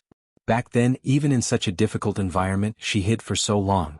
For so long she questioned whether she should give birth to Xiao Jie and me. It was all for the sake of passing on her life.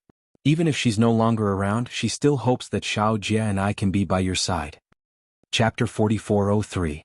When Yu returned to Hurricane, I once made a wish in my heart.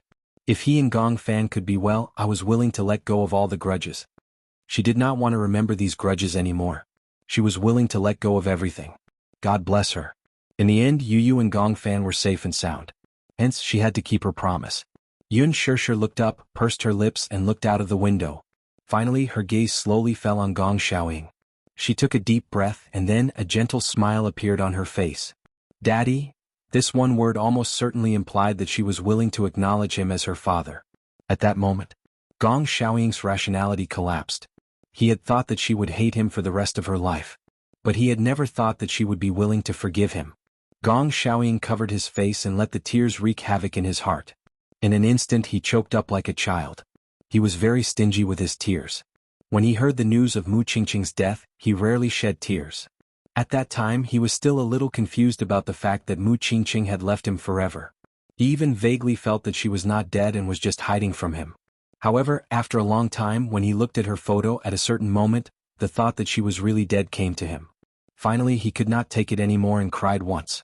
This time Yun Shirshir had completely let go of her hatred for him. He could not help but cry again. This was one of the few moments of tenderness in his life. An iron-blooded man, an all-powerful man who stood at the top of the world. At this moment, in front of his beloved daughter, he had completely broken down. Yun Shirshir could not help but be moved. She stood up, walked to his side, and gently patted his shoulder. Dad, don't cry. Shirshir, I'm really sorry. Yun Shirshir kept saying that he did not owe her anything. But did he really not owe her anything? Her words could not convince him at all. He owed her, and he owed her a lot. The sadness in his heart was about to overflow. Yun Shirshir knelt down and tried to wipe his tears away. But no matter how hard she tried, her own tears kept flowing. She didn't know whether to laugh or cry. As she wiped away his tears, she also wiped away her own tears. Dad, why are you crying? You're putting me in a difficult position. Are you really willing to acknowledge the Gong family? Gong Xiaoying was still extremely cautious and careful. He was afraid that her words were just empty words. What else? I've already said so. Do you still suspect that I'm unwilling to acknowledge the Gong family? No. Gong Xiaoying's heart ached as he hugged her tightly. Sure, let Daddy hug you. This sentence finally broke the last line of defense in Yun Shirshir's heart. She gently snuggled into Gong Xiaoying's arms. At this point, it also meant that the relationship between father and daughter had finally been reunited. Gong Jie stood at the door and pushed it open. He looked at the father and daughter who were hugging each other and choking with sobs. His eyes were filled with bitterness. He bit his lip as he looked at this scene, but he felt extremely gratified. He had a family again. Memories flew. It was as if the scenes from his childhood had appeared before his eyes. In the rented apartment, Mu Qingqing was meticulously preparing the hot pot. Chapter 4404. He and Yun Shirshir ran back to the kitchen and lay on the kitchen counter, drooling over the fresh beef. Mu Qingqing would urge them to wash their hands as she continued to prepare dinner with a smile. When the hot pot was ready and served to the table, the two little guys gobbled up the hot pot. They were not afraid of being scalded at all. As Mu Qingqing ate, she would suddenly stare at the empty table in a daze. The table in the rental house was a typical square table with the two little guys sitting on each side. Naturally, one side of the table would be empty.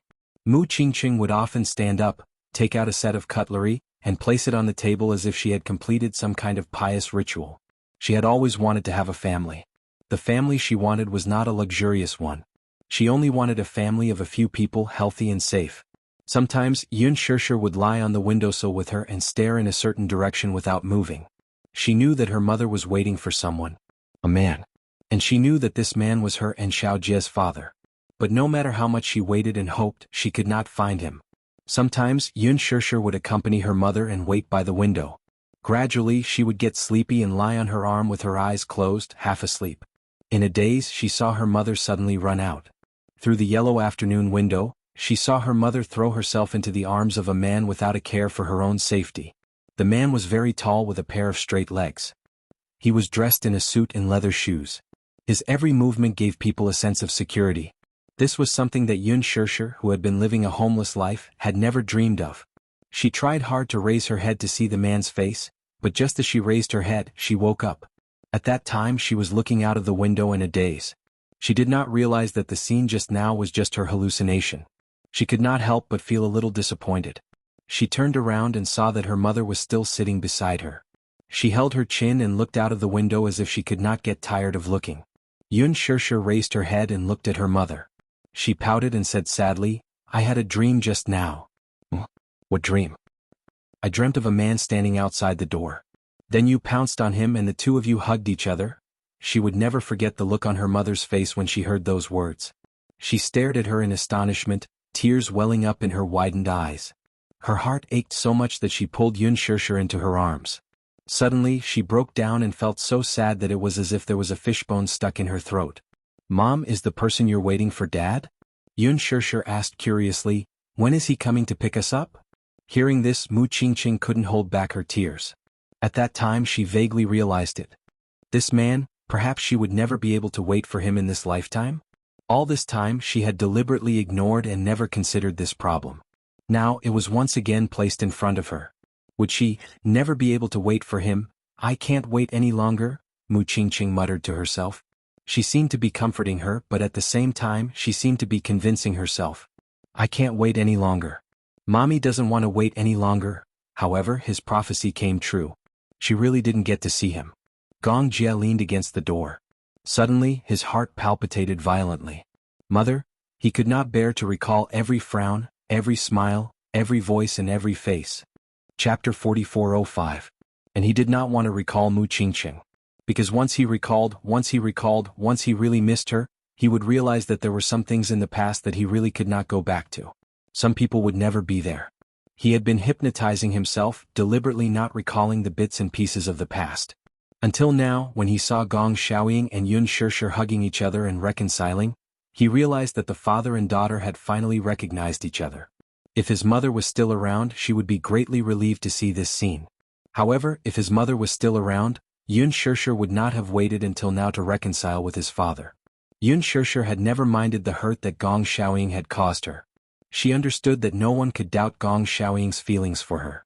However, she could not forgive him because this man had made her mother wait for a lifetime. Gong Xiaoying also never dared to recall. Just like that, more than 20 years passed. In these 20 years, women had appeared by his side, but gradually, he realized that he did not need women anymore. Some people's positions were really irreplaceable.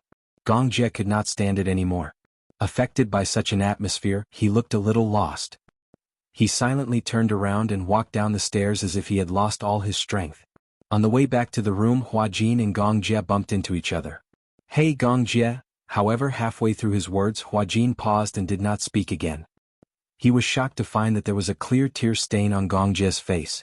No matter how hard Gong Jie tried to hold it in, he could not stop his sad tears. Gong Xiaoying had been waiting for Yun Shishir's forgiveness, but he did not have any expectations. Just like how Mu Qingqing did not have any expectations when she waited for him. However, more than 20 years later, Yun Shishir finally forgave Gong Xiaoying. Her forgiveness also seemed to mean that Mu Qingqing had forgiven Gong Xiaoying.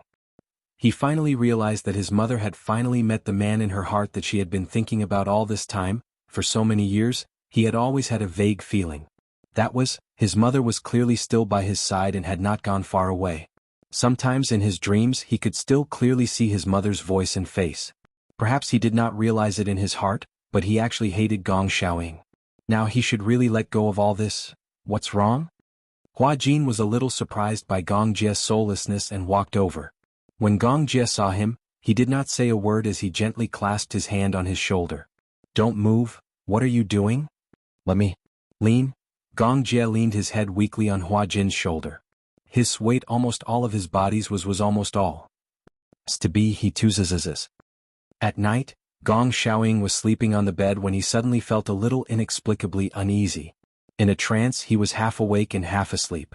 Although his mind was very clear, his consciousness had already entered the dream. In the dream he clearly saw that he was standing in a very dilapidated neighborhood. This was a very backward residential area. Chapter 4406. Gong Xiaoying slowly walked around the neighborhood aimlessly. The sound of children playing could be heard from the neighborhood. It seemed to be noon. He could vaguely hear the sound of cooking through the open windows of some houses. Soon after, someone called the playful children home for lunch. Beneath his feet was a newly poured cement road. This road seemed to have been an ordinary mud road before, but after the city's construction, it was transformed into a cement road. However, it seemed to have been modified bit by bit. As a result, the road had a patch-like feel. Piece by piece it gave a very shabby feeling. Suddenly he walked to a residential area and stopped in his tracks. From his point of view he could see a courtyard. It was a small courtyard, but it was neatly maintained. Green grass, wisteria, and beautiful Chinese roses decorated the originally dilapidated courtyard. He could not help but be attracted by the courtyard. He slowly walked a few steps closer, but he was unexpectedly bumped into by a few naughty children. The group of children obviously did not notice him, a foreigner, and did not have time to greet him. They chased after him and ran away. "Xiao Jie, wait for me," a voice attracted his attention. He turned around and saw a delicate and pretty little girl running past him in a huff. In front of her, a little boy who was about her height was waiting for her. "Hurry up. You're running so fast. How can I keep up?" "You're running too slow. We just finished eating. Don't run so fast." "Okay." Hand in hand the two boys ran off again. Gong Xiaoying's gaze was deeply attracted by the two children. He watched as they ran further and further away. Then he chased after them a few steps closer. "Run slower." He heard a woman worriedly calling out to them. The voice came from the window in front. He carefully went from the backyard to the front. For the residents of this neighborhood, the courtyard facing south was the main entrance and the back was the back door. There was an open window at the back door. A woman was sitting by the bed, holding her chin as she watched the two children run further and further away. Helpless, she sat down by the window. From his angle, he finally saw clearly, it was her. The person who had waited for him all his life, the person he had missed all his life. Ching. Gong Xiaoying felt his voice tremble. His voice was so low that the woman obviously did not notice him. Instead, she looked in another direction, not knowing what she was waiting for. Perhaps, others would never be able to understand what it felt like for her to just wait by the window. What was it like to use all your strength to wait for someone? Uneasiness, fear, lust, struggle, all kinds of emotions were mixed up. Gong Xiaoying could not help but mutter, "Ching." He walked towards the window. It wasn't until he got closer and closer that the girl in the window inadvertently glanced over and caught sight of him. Her eyes were fiercely startled. She saw him. Gong Xiaoying stopped in his tracks and took a deep breath. He pursed his lips, but he could not hold back his tears any longer. After brewing in his throat for a while, he finally spat out a mouthful of turbid air. His eyes were red as he looked at her. His heart was filled with longing. "It's me," he spoke in a hoarse voice. The woman stood up abruptly and pushed open the window. Chapter 4407. They were not far apart, so he could see the expression on her face. Surprise, shock, panic. Mu Qingqing covered her mouth, but she did not have the same self-control as him. Tears kept rolling down her cheeks. Xiaoying? Perhaps Mu Qingqing didn't expect that she would be able to see him again in this lifetime. She hurriedly pushed open the door and walked towards him. However, when she got closer, she immediately stopped in her tracks and maintained a distance of 3 meters from him. She didn't dare to take a closer look. The two of them faced each other and there was a feeling of homesickness. She was afraid. When she got closer she recognized him, but it was not him. He was also afraid. When he got closer to her and hugged her, it was all a dream. Mu Qingqing's eyes were already blurred by tears. Is it you?" she carefully confirmed. She was not sure if the man who suddenly appeared in front of her was the man she had been waiting for. Gong Xiaoying smiled helplessly. The corners of his lips curled up as his brows furrowed tightly. He took a deep breath and choked with sadness. "Qingqing, it's me. Xiaoying, is it really you?" Mu Qingqing tried to take a few steps closer to him. She looked at him carefully until she was sure that the man standing in front of her was the man she had been thinking about and waiting for. She could no longer suppress her emotions and completely broke down. "You're here. You're finally here?" She had waited for so long. Mu Qingqing sadly threw herself into his arms and asked hoarsely, "Why are you only here now? I've waited for so long, why are you only here now?" Mu Qingqing nestled in his arms. Her tears could not help but wet his lapel. Gong Xiaoying carefully hugged her, afraid that he would hurt her if he hugged her too tightly. Or perhaps he was afraid that this was just a long dream. If he hugged her too tightly, the person in his arms would turn into ashes when he woke up. Mu Qingqing hugged him tightly and he hugged her tightly as well. Even if it was just a simple hug, they had waited for more than 20 years. Mu Qingqing sadly said, "I thought I would never be able to wait for you again."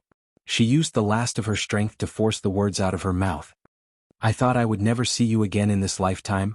How could that be? Idiot, aren't I here now?" Gong Xiaoying hugged her tightly. "Qingqing, don't be afraid. I'm here to take you home."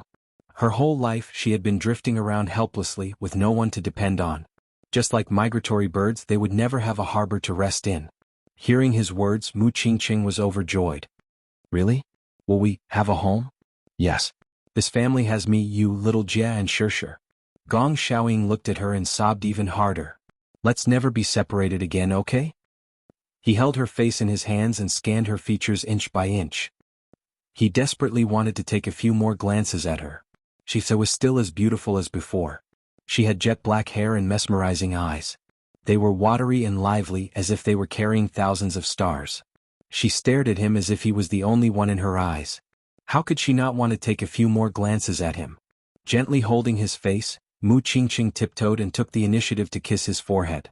Xiaoying, I don't regret. She did not regret waiting for him for so long. Chapter 4408. Xiaoying, Mu Qingqing stood on her tiptoes and gently kissed his forehead, the tip of his nose and the edge of his lips. Finally, a soft kiss landed on his lips. Gong Xiaoying was immersed in the bliss of this kiss. He closed his eyes and his eyelashes trembled violently.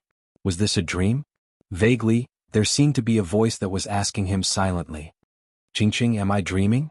"Dream?" Mu Qingqing laughed. "How could it be a dream? I'm still worried and scared. Is this a dream?" "Qingqing," Gong Xiaoying finally couldn't hold it in anymore. He buried his face in her neck and couldn't control his tears anymore. "I miss you so much." These 4 words couldn't express how much he missed her. He seemed to recall the first time they met. She was beautiful and moving. She looked back and smiled and he fell in love at first sight. When they were swimming in the lake, he hugged her and kissed her ear, telling her how much he loved her. She wasn't the only woman he had. However, there were many women who passed through his life, but she was the only one who left such a deep impression. "I miss you so much." Gong Xiaoying's tears fell and burned her skin. He really missed her. Every time he woke up from a dream in the middle of the night, he felt as if he was suffocating when he thought that he would never be able to hold her in his arms again. He had also been young once, and he had also made a solemn vow of undying love with her. However, he made her wait for so long. In the end, she didn't see him. "Xiaoying, I miss you too." Mu Qingqing held his face and gently kissed his lips. However, he gradually realized that there was an empty space in his arms. He opened his eyes and saw that Mu Qingqing's body was gradually becoming transparent. "Qingqing?" He suddenly panicked and reached out to grab her hand. However, the moment he reached out, his hand passed through her body. It was as if countless petals gathered together and were blown away by the wind. Mu Qingqing's gentle smile was gradually buried by the petals. Finally, it was blown away by the wind. Gong Xiaoying abruptly sat up on the bed. Only then did he realize that everything he had just seen was actually a dream. In his dream he saw her. It was as if he had returned to the place where she had been waiting for him. She was still standing guard there. However, the ending was different from reality. He had found her and she had waited for him. The regrets of this life seemed to have come to an end because of this. Was it really just a dream? Or perhaps she had never left. It was as if the two of them had fulfilled their long-cherished wish through this dream. Gong Xiaoying's eyes became a little blurred. He got out of bed and walked to the window. Outside the window, the horizon in the distance was gradually turning bright. He believed it. Mu Qingqing didn't leave. As long as his longing for her remained, this longing would bring him to the end of the other realm, to the place where she was. And she would rely on his longing for her to return to the dream and meet him again. Love would convey each other's beliefs to the other side. Please remember me. Although goodbye must be said. Please remember me. Tears don't fall though I must go far away from you. You live in my heart, and every night of separation I sing a song for you. Please remember me. Although I must go far away, please remember me. When I hear the sadness of the guitar, this is the only proof that I am with you until I hug you again. Chapter 4409. Gong Jie vaguely felt that someone was sitting by the window.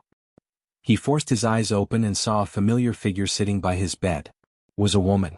Gong Jie furrowed his brows as a hand seemed to be gently placed on his forehead. You're awake? What's wrong? Do you have a headache? Mu Qingqing's gentle voice rang in his ears. Was it his mother? Gong Jie suddenly felt a lump in his throat. He leaned over and subconsciously hugged her waist. Mom, slap, slap, slap. The hand that was originally on his forehead began to gently pat his face. A voice filled with disdain sounded in front of him. Wake up, wake up. Gong Jie finally woke up and opened his eyes wide. At this moment, a beam of sunlight shone in from the window. He realized that the sky had cleared up. The sun was high in the sky and it was shining brightly. Under the bright sunlight, he finally saw the person in front of him clearly. Hua Jin stared at him speechlessly. Gong Jie suddenly sat up from the bed and grabbed him by the collar. What are you doing? Hey, what are you doing? Why are you glaring at me so fiercely? Hua Jin looked aggrieved. I worked so hard to take care of you for the whole night. You? Take care of me? Gong Jie expressed his doubts. What about me? Hua Jin sized him up and asked tentatively, What do you mean? Have you forgotten what happened last night? What happened last night? Gong Jie frowned and looked at Hua Jin. He suddenly said something that almost made Hua Jin choke to death. Did we sleep together? Could it be that he mistook Hua Jin for a woman and something happened? Although he was drunk and did not recognize anyone, he had to admit that Hua Jin was indeed more beautiful than a woman. However, he was not the kind of man who would mess around after drinking. Hua Jin's face immediately turned red. Are you out of your mind? Gong Jie snorted, then tell me what happened last night. Yesterday you were drunk. I was afraid that you would vomit in the middle of the night, so I stayed by your bedside and didn't sleep the whole night. Vomit? I remember there was a man on the news who got drunk. He was so drunk that he vomited all over his body. However, because he didn't clean up the vomit in his mouth in time, it went back into his trachea and he eventually suffocated. If you died because you were drunk, wouldn't that be a pity? Gong Jie's expression turned even uglier. Could it be that in his heart he was that inferior? When Hua Jin saw his cold face, he was instantly annoyed. Hey, you really have no conscience. He stood up angrily. Just as he was about to turn around, Gong Jie took a deep breath and gently held his forehead. Because he drank a little wine last night, he had a hangover and had a bad headache. He furrowed his brows and said helplessly, Sorry, I mistook you for my mother just now. Your mother? When Hua Jin heard this, he immediately turned around and sat by the bed. He asked curiously, Is your mother called Mu Qingqing? Last night when you were drunk, you kept calling out Mom. Are you thinking of your mother? Sure, and her father have also acknowledged each other. This is probably your mother's wish.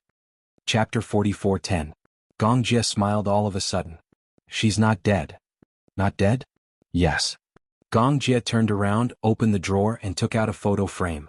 In the photo, a woman was sitting on a flower bed. It was a photo taken casually. There were not many photos of Mu Qingqing when she was alive. Gong Jie had put in a lot of effort, but many of Mu Qingqing's photos were lost one after another when they moved or when they were dealing with her funeral. This was his best preserved photo.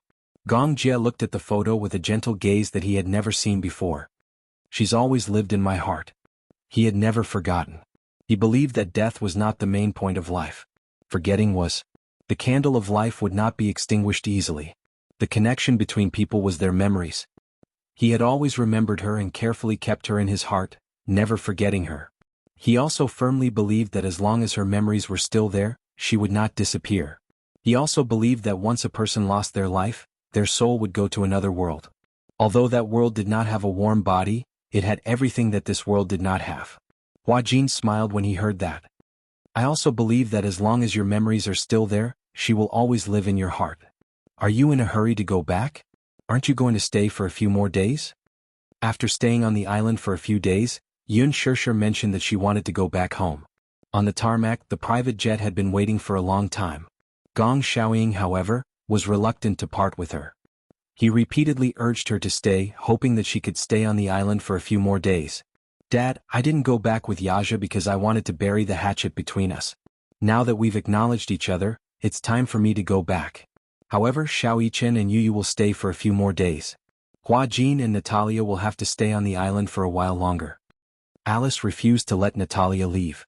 She said that Yu needed a long period of observation after a few days, so she could not go back with Yun Shirshir immediately. Thus she could only return alone. Gong Xiaoying held his beloved daughter's hand, but he was reluctant to let go. He couldn't bear to let her go. Yun Shirshir smiled and said, "It's not like we'll never see each other again. Anyway, since you've handed over Hurricane's affairs to Xiao Jie, you can come to our place to stay for a few days when you're free." However, Gong Xiaoying had his own concerns. "Shirshir, do you think he will accept me?" Yun Shirshir was stunned. She knew that Gong Xiaoying was worried that Mu Yaja would not accept him. "Dad, do you still hate the Mu family?" Gong Xiaoying's gaze turned complicated. He sighed and said helplessly, "Hate is just a term used by incompetent people. Rather than hating the Mu family, I might as well hate myself more." However, he used to be so proud. How could he be willing to face his own mistakes? However, at that moment he had thought things through. It was impossible to say that he did not hate the Mu family. However, he did not hate Mu Yaja as much as before. "You and he are the two most important men in my life. Since I've decided to accept you and not hate you anymore, then he will naturally let me do as I wish. He won't hate you, so don't worry." Only then did Gong Xiaoying relax a little. "I'll tell him that I'm sorry the next time we meet. He had hurt you and Xiao Yichen." This was his apology to Mu Yaja. Chapter 44:11. Yun Shirshir was surprised that a man with such a high status like Gong Xiaoying would take the initiative to apologize to a junior like Mu Yaja. Gong Jie stepped forward and said to Gong Xiaoying, "Dad, it's getting late. Let sister go back early." Gong Xiaoying also nodded and watched Yun Shirshir board the plane. The group of people waited until the plane broke through the clouds and left the tarmac.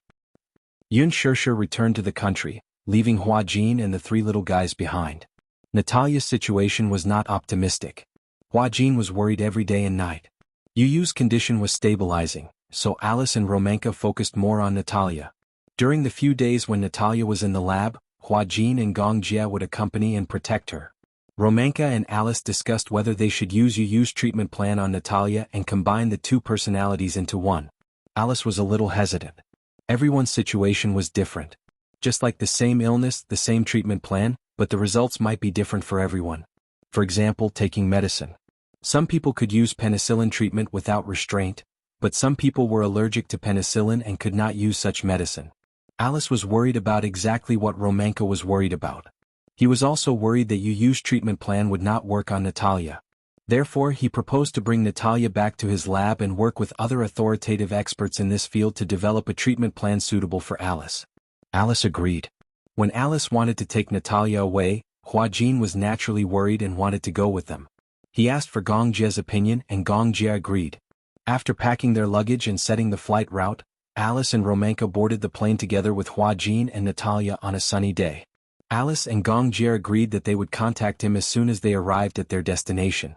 However, a day and a night passed and Gong Jie did not receive a call from Alice. He sent a video call to Hua Jin, but there was no response for a long time. He thought that the group was too tired from the trip and went to bed early after arriving at their destination, so he did not pay much attention. However, on the second day and the third day, Gong Jie still did not receive a call from Alice. He could not sit still anymore and contacted the person in charge of Romanka's private lab. However, he was told that Romanka and Alice did not return to the lab.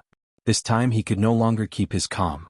Just like that, the group of four disappeared without a trace. He sent someone to investigate the flight that Alice and Romanka were on.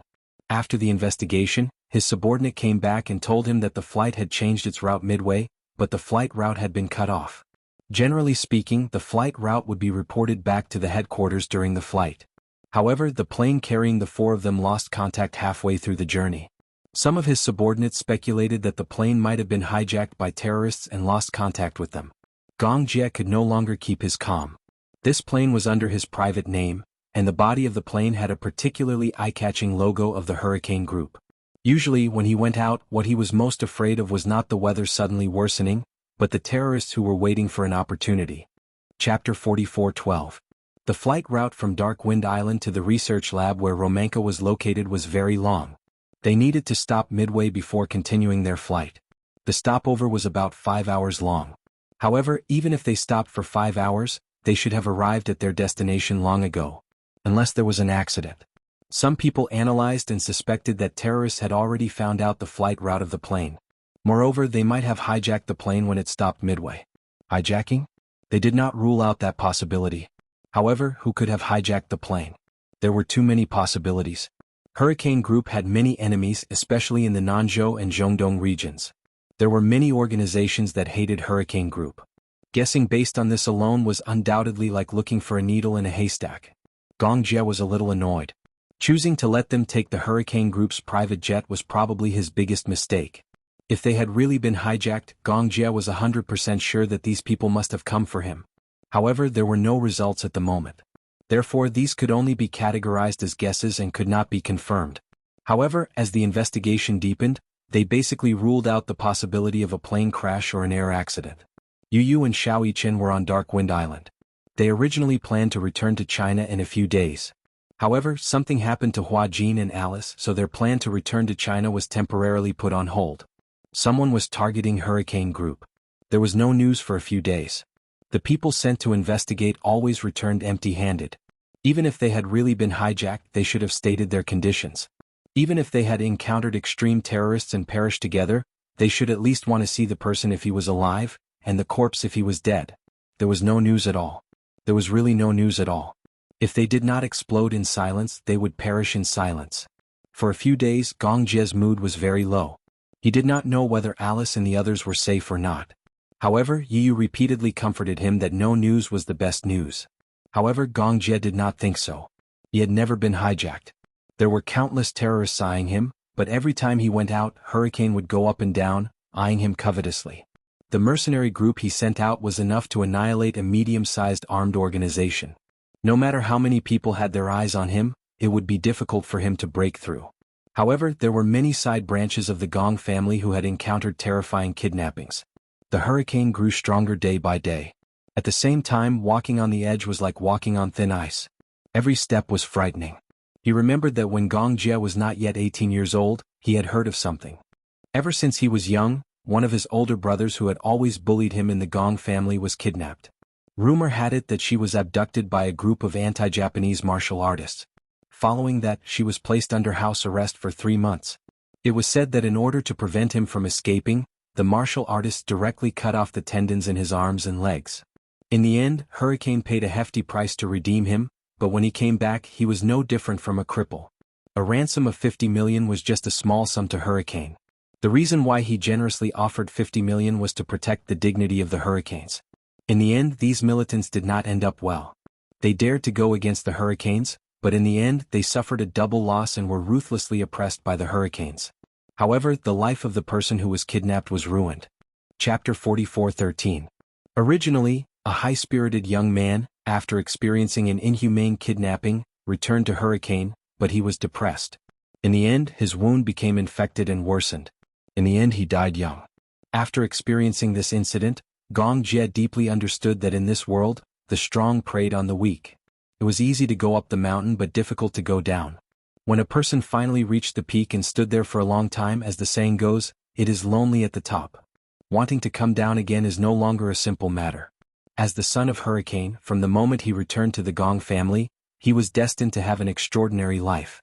At the same time, he also shouldered a responsibility that was 100 times more difficult than that of ordinary people. Once you entered this cruel world, it would be impossible for you to escape. Then he could only become stronger. Gong Jie had always been careful to protect the safety of his family. Every time he returned to China, he would be extremely careful whenever he met with Yun Shirshir. What he was afraid of was that those who were secretly watching him would shift their attention to Yun Shirshir. His sister was already married and had a family. She was no longer alone. In addition to her beloved husband, she also had 3 lovely children. He acted cautiously in everything he did, lest he bring her unexpected disaster. Hurricane was the world's arms factory. In addition to the heads of state, the government, anti-government militants, and extreme terrorists, there were all kinds of people who dealt with it. Dealing with killing must be accompanied by killing. Therefore, as the successor of the Hurricane Group, Gong Jie had long been used to the world of open and covert attacks. A moment ago, the president who signed an agreement with him and shook hands with him on friendly terms might go to the International Court of Justice to propose an express restriction on Hurricane in the next second. A moment ago, the terrorists who were baring their fangs and brandishing their claws at Hurricane and threatening to bomb the headquarters of Hurricane, the next second, they stood in front of him with a flattering face, groveling and raising their orders. In this world there were no eternal friends, only eternal interests. The world was bustling and I came for the interests. The world was bustling and I went for the interests. Gong Jie was worried that Hua Jin, Alice, and the others were probably targeted by the terrorists. This was still a relatively ideal suspicion. If they fell into the hands of the extremists, then, the consequences would be unimaginable. Could it be someone from the Temple of Light? Gong Xiaoying and Gong Jie were sitting in the study. Both of them were at a loss of what to do. In the midst of the silence, Gong Xiaoying suddenly raised a suspicion. Gong Jie's eyelids twitched when he heard this. The Sacred Palace sect was a small sect when it was first established. Later on it became a cult. It had been 20 years since its establishment. At first it was just an ordinary independent religious group, but after Jim came to power, it slowly began to change. Until now, the Temple of Light had more than 5,000 devout followers. One of the main beliefs of the Temple of Light was the so-called Doomsday belief. The program continued to promote that in the future, the whole world would face a catastrophe, and only those who joined his sect would be spared. The sacred church asserted that the signs of the end of the world were everywhere, such as the destruction of the ozone layer, the spread of AIDS, the outbreak of global racial conflicts, and so on. Only by joining the Temple of Light could one escape the calamity of the apocalypse, because the Temple of Light could provide the believers with the necessary supernatural abilities. Chapter 44:14. As the leader, Jim's main responsibility was to protect the believers and send them to the Holy Land, Sirius. In ancient Greek and Roman mythology, Sirius was the star where the gods gathered and had boundless magical power. Didn't the leader of the Sacred Hall, Jim, try to sign an order with you some time ago? Gong Xiaoying sized up Gong Jie and was puzzled. But you didn't satisfy him. The so-called Sacred Hall is actually a fake religion under the name of Christianity. It's an evil sect. Gong Jie furrowed his brows. Besides, guess what he said in the email? He wanted to sign an order worth tens of millions of USD to resist the restrictions of the International Federation. But he couldn't pay tens of millions of USD. What did he say in the email? He said he wanted to give me his son and daughter and his woman. Gong Jie said coldly, he said he was the son and daughter of the Holy Child and had boundless magical power. And his woman was only one of his many mistresses. He said he was the incarnation of God and she was God's woman. Gong Xiaoying heard and couldn't help but snort. I don't know if he's really crazy or just pretending to be crazy. Gong Xiaoying was a little suspicious. I heard that you humiliated him in your reply to his email. Gong Jie didn't say anything and just kept silent. How did you humiliate him? Gong Jie said. I forgot. In other words, you humiliated Jim. That's the truth. Yeah, then you angered him because of that. Gong Jie's face became gloomier. He didn't dare to imagine that it was really someone from the Sacred Hall. If it was true, then he couldn't sit still anymore. Gong Xiaoying said, I've already warned you. Stop people like the Sacred Hall if you can avoid them. Even if you're at a disadvantage, don't fight them head-on. They're barefooted and aren't afraid of anything. When they go crazy, they'll ignore everything. But I can't sign this order with him. Gong Jie didn't think he did anything wrong. If they get their hands on the arms worth tens of millions of dollars, who knows how crazy they will be. But you shouldn't have humiliated him like that. Gong Xiaoying went straight to the point again. You clearly know that there's something wrong with their brains. People like Jim would even think that he's a god and that his deal with you is a gift to you. If you reject him, you're going against God's will. He'll definitely teach you a lesson. Is the Sacred Hall sect so arrogant? Gong Xiaoying curled his lips coldly. What you know about the divine Sacred Hall is superficial. Do you know that the development of the Sacred Hall sect came from the remnants of the Sacred Hall sect? These were all brainless people. Those who were afraid of hurricanes were all clear-headed. However, why would these brainless people be afraid of hurricanes? Perhaps in their eyes, Hurricane is just a vassal. The remnants of the Sacred Hall sect. The Sacred Hall sect is the evil cult that developed with the old Jinshan but was destroyed by the Federal Bureau of Investigation because of the bombing of the American International Federation's government building. Yeah. I see. Gong Jie narrowed his eyes. His thoughts gradually fell into a deadlock. If it was really done by the Sacred Hall sect, then he didn't dare to make a rash judgment. Chapter 44:15. Gong Xiaoying looked serious. If you can protect Alice, then protect her. After all, she is a senior member of Hurricane. Don't force her. Gong Jie's face turned even colder. He suddenly stood up, turned around and looked at Gong Xiaoying. Huajin, Alice, Natalia. Not one less. Gong Jie turned around and left the office. Kira, send me all the information about the sanctuary. Gong Jie ordered to investigate all the information about the sanctuary. Yu Yu's face turned pale when he heard that it might be the sanctuary that did it. He knew a lot about the sanctuary. Uncle, do you know about the dark web? Gong Jie was surprised that Yu Yu mentioned the dark web to him. I know a little. The dark web was something that very few people who lived in peaceful countries could come into contact with during peaceful times. However, the dark web was very famous. There was a rumor that an international student from an American university was kidnapped. It was said that the murderer had already noticed the victim from the beginning and was lurking around her. However, no one knew whether the victim was dead or alive, or where she was now. Some people guessed that the victim might have been moved to an unknown place by the murderer. She might have died, or she might have suffered a fate worse than death. Do you know how those videos on the dark web came to be? What are you trying to say? Yu Yu frowned and said with a serious expression, there are many videos on the dark web about mutilation, killing, and all kinds of inhumane renti experiments. They all came from the sanctuary. Actually, this matter is not known to outsiders. I only learned about this because I intercepted a private email from the sanctuary's leader. Hiss, the man could not help sucking in a breath of cold air.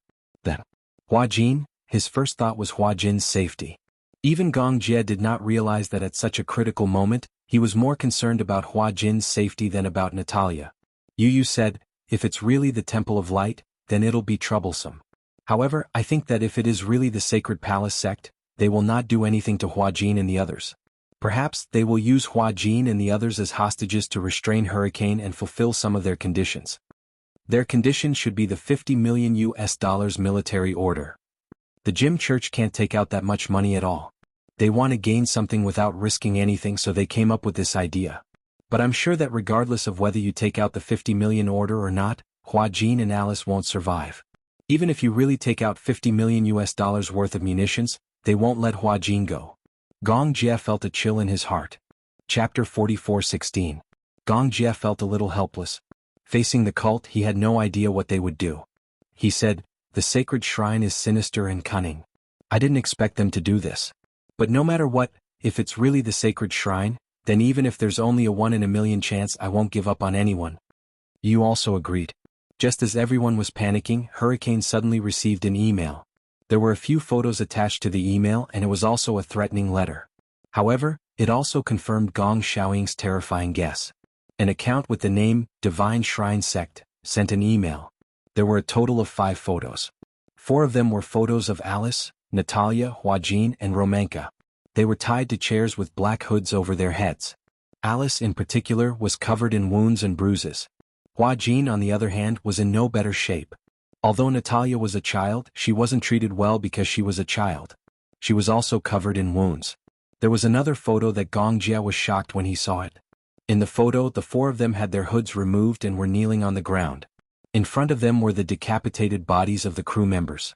It was a very intimidating photo. Glorious decapitation. The sacred shrine had done a lot of dirty things. Their usual method was to imitate extremist terrorist organizations and use decapitation to intimidate their followers. In the sacred shrine, the church set up free cafeterias, daycare centers, elderly clinics, and other social services. The followers of the sacred shrine were people who felt hopeless in life and couldn't get help from society. They were drug addicts, elderly, and lonely people. They were dissatisfied with the reality of society and felt that their future was bleak. They were terrified of nuclear war. Many of them were influenced by nihilism and thought that life was impermanent and that living was a kind of pain. Therefore, after they joined the church, they often talked about suicide. The leader of the sacred shrine even organized a mass suicide drill in Guyana. However, some followers were influenced by the ugly methods of the church, especially when they learned that leader Jim stole followers' property, faked miracles, severely punished followers, and called himself the new savior. Therefore, some followers wanted to leave the organization and secretly escape. Running away from the church was considered a betrayal. Anyone who betrayed the church, once discovered, would face a glorious execution. The divine palace believed that only with a complete body could one ascend to heaven after death. However, once a follower was beheaded, they would only have the fate of going to hell. The church would even behead these traitors in front of thousands of believers to serve as a warning to others and serve as a deterrent. This tactic was extremely intimidating, and the church had tried it many times. Gong Jie realized that all the crew members had been beheaded. It was obvious that Natalia was not in a good mental state. At such a young age, she had witnessed such a cruel scene with her own eyes. She must have suffered quite a shock. But looking at Alice and Hua Jin, it was clear that they were still calm. Only Romanka was on the verge of collapse. Alice had seen this kind of scene many times, and Hua Jin deeply understood that fear, uneasiness, and fear could not change one's fate. Instead, these emotions would only make one feel isolated and helpless. Comparatively speaking, it was better to remain calm. Chapter 44:17. However, Romanka was quite shocked and his mental state was not good. Sacred Shrine Sect. Yu looked at the photos attached to the email and slammed the screen. It's really the Sacred Shrine Sect. Gong Jie was annoyed and humiliated to the bone. These damned evil cults. This email was clearly a provocation to him. Other than the photos, the email also stated that if he wanted to redeem the 4 hostages, he would have to continue the unfinished agreement between the two parties. Just as Yu expected, this Jim was ambitious. He really wanted to get something for nothing. In the email, the church stated that they would give Hurricane half a month to prepare the contents of the order. Within half a month, if they did not prepare the contents of the order, they would immediately execute the 4 hostages. Jim was so smart that he was sure that among the 4 people he kidnapped, there must be someone Gong Jie cared about the most. Tens of millions of dollars was not worth mentioning to Hurricane. However, these hostages were worth far more than tens of millions of dollars. Gong Jie gritted his teeth in hatred. He knew that with his identity he would face such threats every day when he was not around. The Sacred Shrine Sect was the biggest tumor that Hurricane had to face. Hurricane had offended the Sacred Shrine Sect before. In the beginning, Gong Jie was not willing to sign the order with the Sacred Shrine Sect because the Sacred Shrine Sect was an anti-world and anti-human evil cult. If the Sacred Shrine Sect really got the order of tens of millions, it would be a disaster for the whole world. At that time, as Hurricane, they would be in a difficult position. Therefore, Gong Jie decisively refused and was prepared to fight against the Sacred Shrine Sect to the end. He thought that when the time came, he would use the International Federation's anti-evil cult authority and the United Nations deployment to eradicate the Sacred Shrine Sect. However, he did not expect the Sacred Shrine Sect to make the first move. Gong Jie ordered, "Immediately forward this email to the International Federation. Send it secretly." He planned to use this to cooperate with the International Federation. Hurricane had always been against the International Federation. Gong Jie was even at the top of the International Federation's wanted list. However, as the saying went, there were no eternal friends and no eternal enemies. There were only eternal interests. In front of the Sacred Shrine Sect, the International Federation naturally had a common enemy like the Sacred Shrine Sect and temporarily cooperated with Hurricane. Although it was a temporary alliance, at least they had a higher chance of winning. At the same time, Gong Jie was prepared for the worst. He issued an order to start preparing the orders requested by the Sacred Hall. 2 nuclear weapons, 3-in-1, and countless military munitions and ammunition. At the same time, the International Federation quickly replied to Hurricane's email. They expressed that they were willing to cooperate with Hurricane to eradicate the Sacred Shrine Sect. However, the International Federation asked Hurricane unconditionally. Of course, Gong Jie was unwilling.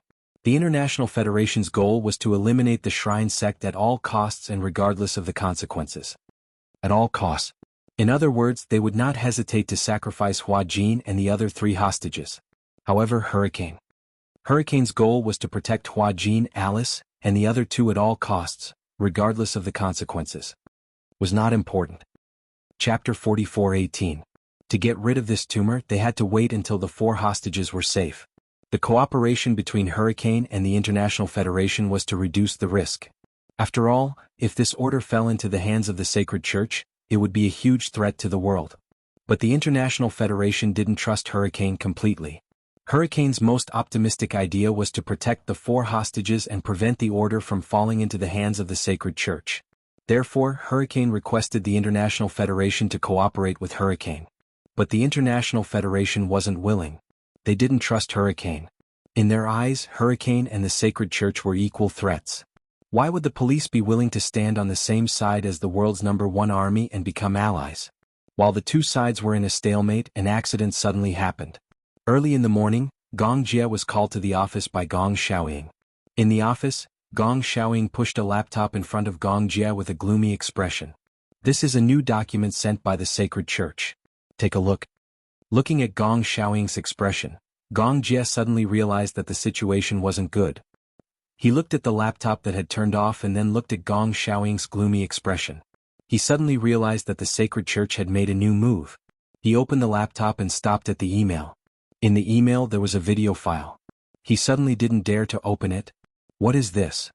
Gong Jie looked at Gong Xiaoying with a trembling voice. Gong Xiaoying turned to look at him with a gloomy expression. "Take a look for yourself." Gong Jie didn't dare to open it. Gong Xiaoying sighed deeply.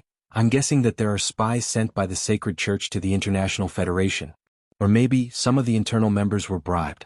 It's also possible that the sacred church has a top hacker who intercepted the email sent to you by the International Federation. They know that Hurricane and the International Federation are working together and are probably angry." Gong Jie's body stiffened. He roughly understood what the content of the video was. "Shao Jie, bang." Gong Jie slammed his fist on the table. His face was extremely gloomy. Along with the heavy punches, a few cracks appeared on the glass-paved table. Gong Xiaoying didn't mince his words. The Church of the Sacred Shrine already knows that the Hurricane Force has reached an agreement with the International Federation. In my opinion, we might as well terminate the cooperation with the International Federation. Otherwise, if this continues, the hostages' lives will be in danger. Gong Jie took a deep breath and finally decided to watch the video first. After weighing the pros and cons in his heart, he finally opened the video. As soon as the video was played, a hostage was tied up in a dark room, unable to see the sun. In the dim light, Gong Jie could vaguely make out that the man in a balaclava sitting on the chair was none other than Romanka. His head was hanging to the side. He was obviously drugged and was unconscious at this moment. Then a dark-skinned, weirdly dressed man walked behind Romanka with a butcher's knife. Gong Jie's heart almost jumped out of his throat. His hand that was holding the mouse trembled uncontrollably. Chapter 44:19. As the video progressed, Gong Jie saw the man violently remove the hood on Romanka's head and splash a basin of salt water on him. The salt water corroded the wounds on Romanka's body. He suddenly woke up and screamed hysterically in pain. His screams were hoarse and terrifying. Through the computer, his voice of despair could be heard. "No, I beg you don't." Romanka, who had always been calm, finally showed the uneasiness of facing death. The man made him face the camera. When Romanka looked at the camera, his desire to live was almost undisguised. "I beg you don't kill me." The man grabbed his hair and ordered him, "Do you still remember what I taught you?" Romanka swallowed hard and quickly nodded. I remember. Speak." "Long live the sacred palace. Long live the sacred palace." Romanka shouted pathetically and humbly at the camera. "Long live the sacred palace. Long live the sacred palace." The next second the man smiled viciously. The murderous aura on his face was almost unconcealed through the screen. He raised the knife and pointed the sharp side at Romanka's throat. Then he slashed back and forth. Gong Jie slammed the laptop shut. He couldn't bear to watch any more. Gong Xiaoying smoked a cigarette. His gaze was complicated. "Is he dead?" Gong Jie didn't finish watching the video and asked him for confirmation. Gong Xiaoying was silent for a while. Then he slowly said, "He was beheaded. The sacred palace's methods are ruthless. This time they sent us a video to promote their martial arts and try to intimidate us." Gong Jie shuddered at the thought once more. It wasn't the first time he saw the horror of beheading. However, this was definitely the most uneasy he had ever felt. Because this time, the ones in the sacred palace's hands were Hua Jin, Alice, and Natalia. He was afraid that if he angered the sacred palace again, the next one might be Alice. Or maybe he was protecting Natalia. Perhaps it was Hua Jin. When Gong Jie thought of Hua Jin sitting on the chair and being honorably beheaded, he felt a chill run down his spine. Now he couldn't care less about being surprised. Why did Hua Jin's life and death actually make him so nervous? "Father, what should I do now?" Gong Jie, who had always been decisive, was at a loss for the first time. It wasn't that he couldn't think of a way, but that he didn't dare to make a rash decision. He was suddenly afraid of taking risks, because the risk he was facing this time was not something he could bear no matter what. I said, no matter what, terminate the cooperation with the International Federation. You know that the organization that the Sacred Palace sect hates the most is the International Federation. For them, the International Federation is their biggest enemy. If you cooperate with the International Federation, you will be provoking the Sacred Palace sect. Gong Jie was stunned for a moment. He held his forehead in annoyance and his 5 fingers went into his hair. His face was pale. Okay, I will immediately terminate the cooperation with the International Federation. Then what's next? Are you willing to take the risk? Gong Xiaoying looked at him deeply. Gong Jie looked at him. After a moment of silence, he said firmly, I am willing. Chapter 44:20. In the conference room. The cold incandescent lights were on. Gong Jie's back was facing the crowd as he leaned back in his chair. He was deep in thought as he looked at the information about the divine sacred temple displayed on the big screen. Behind him, the crowd was discussing anxiously. What should we do? Alice is still in the hands of those evil cultists. The divine sacred temple. I'm afraid it's going to be a disaster this time. It said that the divine sacred temple's base is in East Africa. It's a war-torn zone. Not to mention rescuing the hostage, it's not easy to just go in and leave calmly. Is young Master Jie really going to rescue her personally? A mercenary team of 5,000 people? It's not much different from a local battle. If so many people rush in at once, it'll create a huge commotion and be disadvantageous to the situation. Those evil cultists have a lot of eyes. If they know that Hurricane has sent so many people, they'll definitely fly into a rage and kill the hostage directly. Gong Jie swept a cold glance over them. Are you done talking? Everyone was instantly scared into silence. Gong Jie turned around and glanced expressionlessly at his subordinates sitting around the long table. He suddenly stood up and placed his arms on the table, his expression serious. I've decided. Vermilion Bird. The blonde woman immediately stood up. Yes. Gong Jie ordered, you take 50 elite subordinates and escort the goods to East Africa with me. 50 people? Vermilion Bird raised her eyebrows but was a little worried. Young Master Jie, is 50 people really enough? It's enough. If there are too many people, it'll be difficult to control them. Although Gong Xiaoying had sent him a mercenary team of 5,000 people, it was just as some people had feared. If so many people went together, it would be too big of a commotion and alert the enemy. On the other hand, an elite team of 50 people would be easy to command and wouldn't attract attention. Vermilion Bird also understood Gong Jie's meaning. After confirming it, she nodded. After the meeting ends, I'll mobilize them immediately.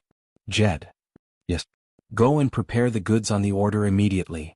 Hearing this, Jed didn't wait for Gong Jie to finish his instructions before asking worriedly, Young Master Jie, are we really going to do as they say? Since when did Hurricane allow these small fries to lead him by the nose?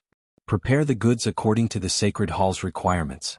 Those things can trigger a war at any time. Gong Jie frowned. Have I finished? Jed lowered his head guiltily. Nuclear missiles, intercontinental missiles, air defense missiles. None of them are equipped with a missile head. A firearm without a missile was no different from a cell phone without a motherboard or a pistol without bullets. Jed immediately understood. Understood, I'll go prepare it right away. Vermilion Bird asked, when are we leaving? Wait for my orders. Gong Jie raised his wrist and looked at his watch. It was about time for the people from the Sacred Hall to reply. Last night, after leaving Gong Xiaoying's study, Gong Jie learned that someone from the Sacred Shrine had sent him another email, urging Gong Jie to prepare the goods as soon as possible. Gong Jie proposed a condition for the exchange. Before escorting the goods, Gong Jie had to confirm the safety of the hostages. However, as he expected, the people from the Sacred Hall were very cautious about this and rejected it immediately. Chapter 44:21. His attitude was firm. He claimed that the most important hostage to him had already been beheaded, and the remaining 3 hostages were dispensable. If they couldn't even confirm the safety of the hostages with a simple video call, then there was no need to talk about this deal. They could do whatever they wanted with the hostages. Gong Jie said this to weaken the confidence of the Sacred Palace sect.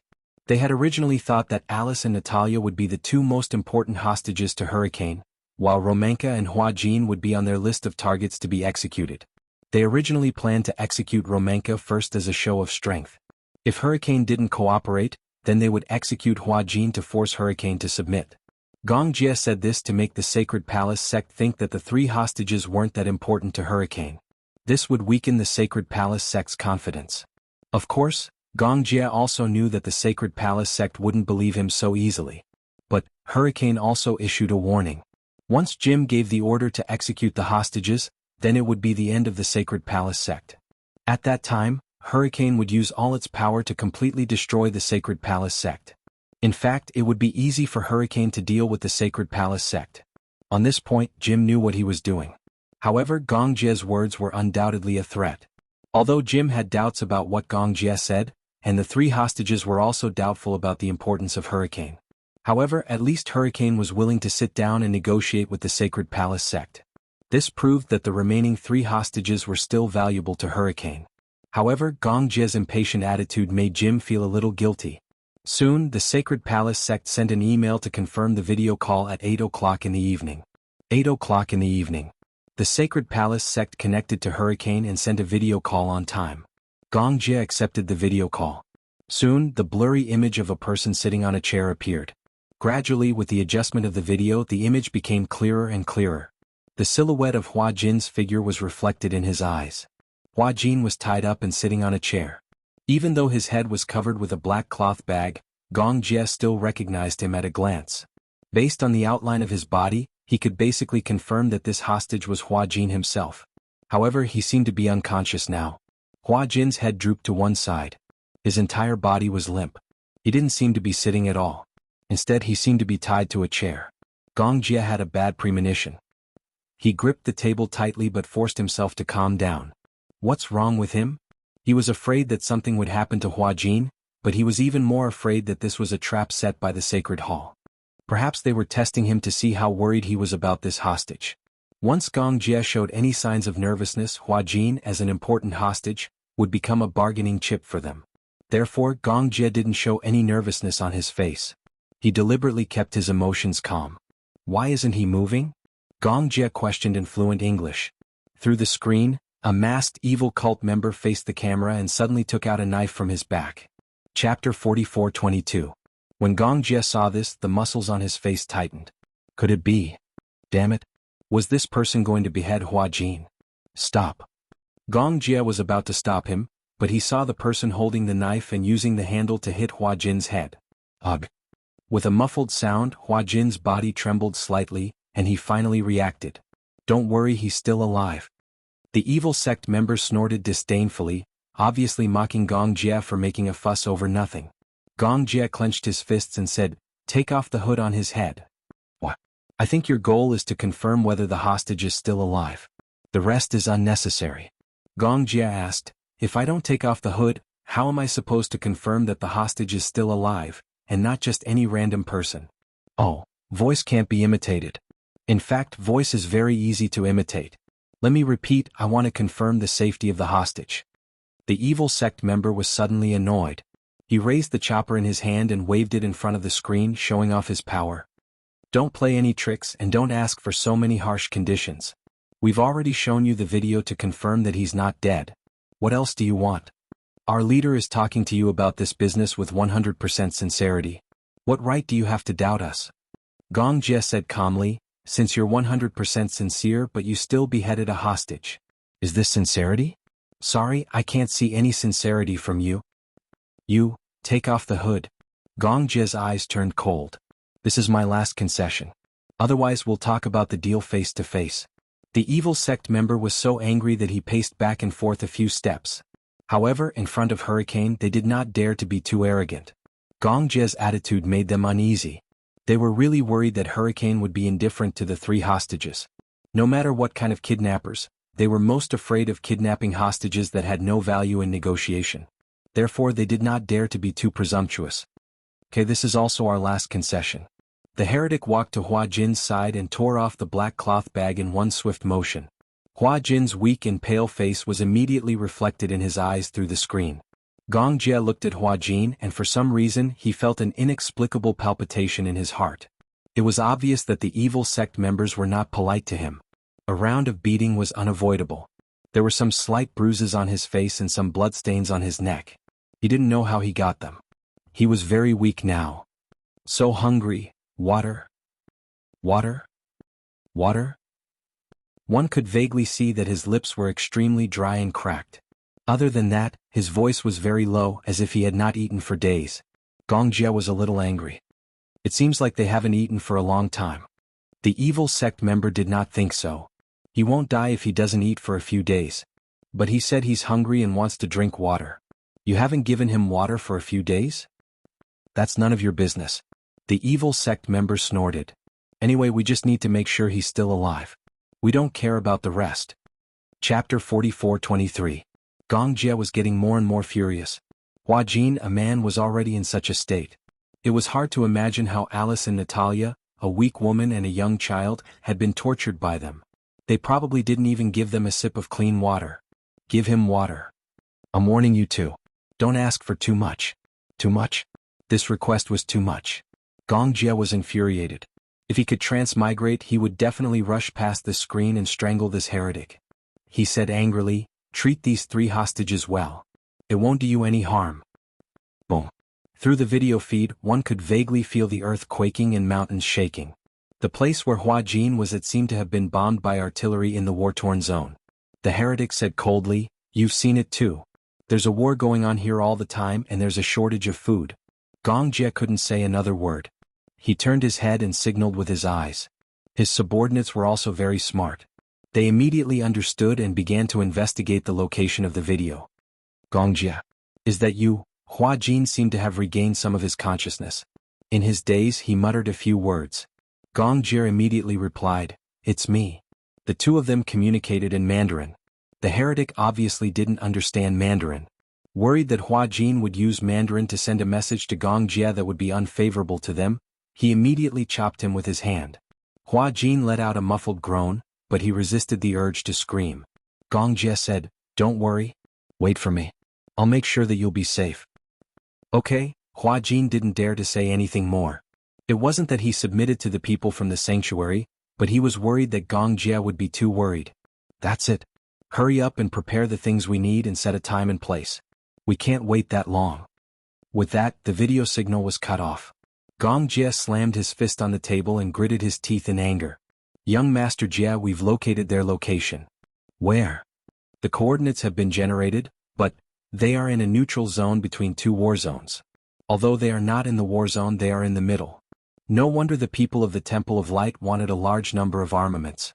He sucked in a deep breath of cold air. All right, we'll leave tomorrow morning. Gong Jia ordered. Vermilion Bird worriedly walked over and looked at Gong Jia. Do you have to go personally? This time it bodes ill rather than well. Why don't you leave it to me? We will definitely bring the 3 of them back safely. Vermilion Bird was a mercenary, and as a mercenary they had always lived through life and death. To them there were only benefits and they were not afraid of death. But Gong Jia was different. They did not trust Gong Jia to go to such a place personally. It was simply risking his life. I'm worried if you guys go. Why? Vermilion Bird was a little puzzled. Young Master Jia, forgive us for being blunt. Hurricanes can accept losing a subordinate like Alice, but they can't accept that you're in danger. In their eyes, no matter how many Alices were, they couldn't compare to Gong Jia. What's more, Hua Jin and Natalia, 2 insignificant people, were involved. Vermilion Bird was especially cold-blooded, but she was absolutely loyal to her employer. In her eyes, these 3 hostages were worthless, but she was unwilling to let Gong Jia take the risk. Chapter 44:24. He turned around abruptly, his handsome eyes sweeping across her as he questioned, Am I your master? Yes. Then as a subordinate, why are you questioning your master's orders? This sentence left the Vermilion Bird speechless. In her mind, Gong Jia was the king and she was the subject. Therefore, she had to obey Gong Jia's orders unconditionally. But Zhu Ke wanted to say something, but Gong Jia glanced at her. Zhu Ke lowered her head guiltily. I understand. East Africa. In the confinement room, every corner was covered with cobwebs. Rats ran rampant and mosquitoes and flies flew everywhere. There was not even a vent here. There was no daylight and dust filled the air. It was extremely turbid. The small space was filled with the smell of blood. The door suddenly opened. Hua Jin was pushed in. His feet were chained. He staggered and fell face down on the ground. Alice was nervous. She was in a semi-conscious state. Because she had only eaten a small amount of rice and water for a few days, She was a little muddle-headed. Hua Jin's muffled groan woke her up. However, she did not dare to say a word, not even a word of concern. Her eyes were covered by a blindfold, so she could not see anything. She could only hear Hua Jin groaning in pain. "Shut up. Keep quiet. The son of bitch." One of the cultists kicked Hua Jin a few times before leaving, cursing and swearing. The door of the confinement room slammed shut again. Alice did not dare to say a word. She looked up. In her memory, just 2 days ago, she and Hua Jin exchanged a few words in Chinese. Through the 24-hour surveillance camera, a group of evil sect members immediately rushed in and punched and kicked them. She did not dare to speak to Hua Jin again. Originally, Alice thought that no one would dare to do anything to them because they were backed by Hurricane. Until she saw Romanka being beheaded and his throat slit with her own eyes. She completely realized that this group of evil cultists were inhumane. They were not afraid of the Hurricane at all. In order to save her life, Alice swallowed her anger and didn't dare to speak out again. Hua Jin, on the other hand, had never suffered like this before. Even though the filming environment was extremely harsh, it was not even 1/10,000th of this place. Not to mention, it was a fear that could not be hidden. He didn't even know what these crazy cultists would do in the next second. Every minute of his life was extremely precious to him. He didn't even know if he would live to see the sun rise tomorrow. In fact, the cultists did give them some food and water to eat. In fact, whether it was Alice, Hua Jin or Natalia, they were all very important to them. After all, the hostages were their bargaining chips in the negotiations with the Hurricanes. Before the negotiations were successful, they naturally hoped that the hostages would live well. But the rice and water given to them every day was pitifully little. They were originally in a war-torn zone. When the war broke out, Jim also wanted to migrate, but they were caught between the anti-government armed forces and the Orthodox army, so they could not move an inch. So they requested to negotiate with the Hurricanes. Because of the war, the clean rice and water they had was already very precious. Therefore, the food given to the hostages was naturally even less. Chapter 44-25. Hua Jin came back after being beaten up. As soon as the cultists left, he struggled to kneel on the ground and vomited a mouthful of blood. He raised his head and struggled to move in the direction of Alice based on his vague memory. His hands and feet were chained. In order to prevent him from escaping, his eyes were also covered with a black cloth. He moved to Alice's feet and leaned against the wall with his back against her. Alice stretched out her palm. Then Hua Jin stretched out his finger and struggled to write on her palm stroke by stroke. Alice had a hard time trying to decipher the words with the help of his hand gestures. Hua Jin wrote a few sentences. "Just now, Gong Jia had a video call with them to confirm whether we are still alive. It seems that he is ready to take action. Alice, don't give up. We will definitely live well." Alice took a deep breath and seemed to feel that the wounds on her face were gradually not painful. She stretched out her blood-stained finger and wrote on Hua Jin's palm. "I will persevere. You must persevere too. Okay. We will definitely wait until Gong Jia comes to save us." Okay. The two of them struggled to rely on their hands and write on their palms, passing the message to each other. Natalia also woke up slowly. She opened her eyes and looked at the ceiling deck. The corners were full of cobwebs. Her stomach was growling with hunger, but she knew that it was not time for dinner yet. No matter how hungry she was, it would not help. "Are we going to die?" Natalia grumbled, feeling wronged. In fact, she was not afraid of death. Since she was kidnapped here, Hua Jin and Alice took care of her a lot. At least she was spared from a lot of beatings. Under the protection of Hua Jin and Alice, she did not suffer much except for not being able to eat enough, sleep well, and wear warm clothes. However, it was because of this that Natalia was extremely distressed.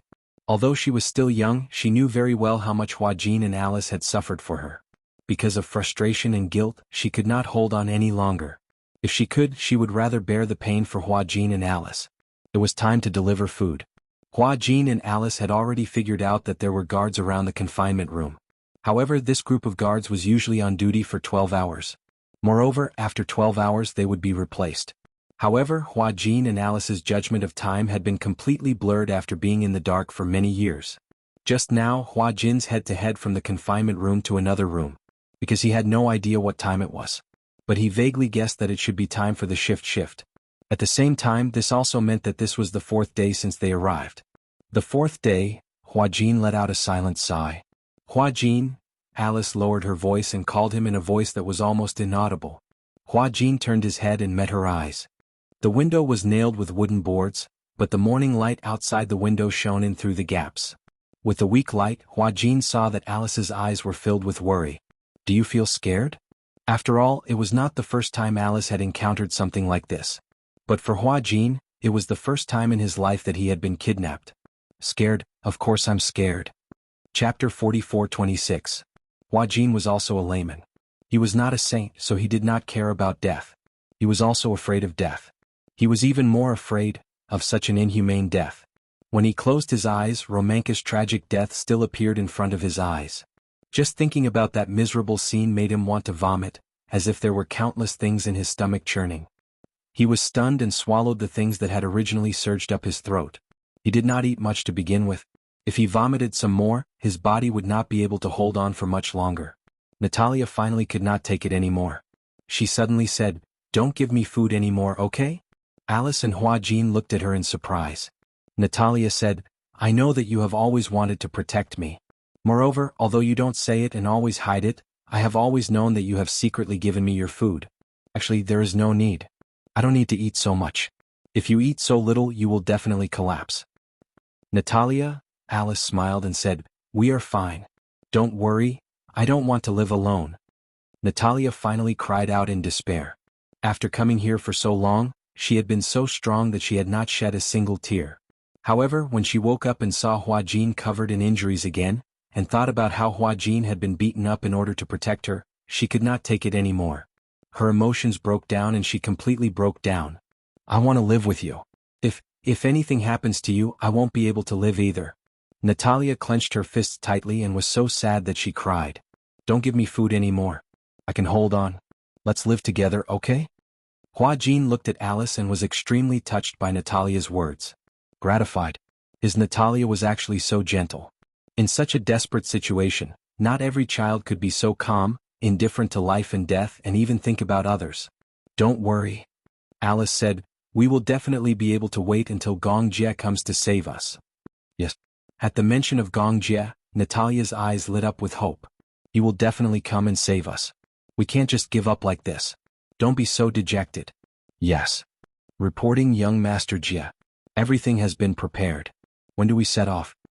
"Young Master Jie, the 50 elites are all in position. I have also prepared all the supplies needed for the journey. We are just waiting for your orders." The harbor. A huge armed cargo ship was quietly docked at the coast. There were still people moving things back and forth onto the cargo ship. This cargo ship was carrying munitions worth tens of millions of dollars. Gong Xiaoying looked at the harbor, still in disbelief. He turned to look at Gong Jie and asked tentatively, "Are you really not going to consider adding more members? 50 people? You are facing the Divine Temple sect, which has thousands of followers." Gong Jie smiled. "Like you said, it's 5,000 believers, not 5,000 soldiers. 50 people are more than enough to deal with 5,000 disciples. Of course, I don't think those 5,000 followers are that scary." Chapter 44:27. Gong Jie glanced at Gong Xiaoying expressionlessly and said casually, "You're wrong. They're allies." Gong Xiaoying was shocked, but he quickly calmed down. He knew that his son's ability to remain calm in the face of danger was what he was most proud of. No matter how dangerous the situation was, he could always turn it into a safe one. "My son never disappoints me." Gong Xiaoying patted his shoulder lightly. "However, in a place like East Africa, it's best to be careful." At this time, Gong Jie was already fully armed. He was wearing a handsome combat uniform and a military-style windbreaker. However, his silver hair was dyed black. Gong Xiaoying then realized that Gong Jie had unknowingly become a high-spirited man. At 1.9 meters tall, he was much taller than him. He did not know if it was because he had grown taller or because he was getting older. Gradually, he was no longer young and his height was slowly shrinking. "Do you think that when people get older, their height will also become shorter?" Gong Xiaoying wanted to ease the tense atmosphere before departure, so he changed the topic. He asked half jokingly and half seriously. Gong Jie glanced at him coldly. "Don't make such a lame joke." Alright, I'll stop joking." Gong Xiaoying pursed his lips and suddenly went forward to give him a big hug. Even Gong Jie was taken aback by this. Since they were young, Gong Xiaoying had always been reserved and not good at expressing his concern for him.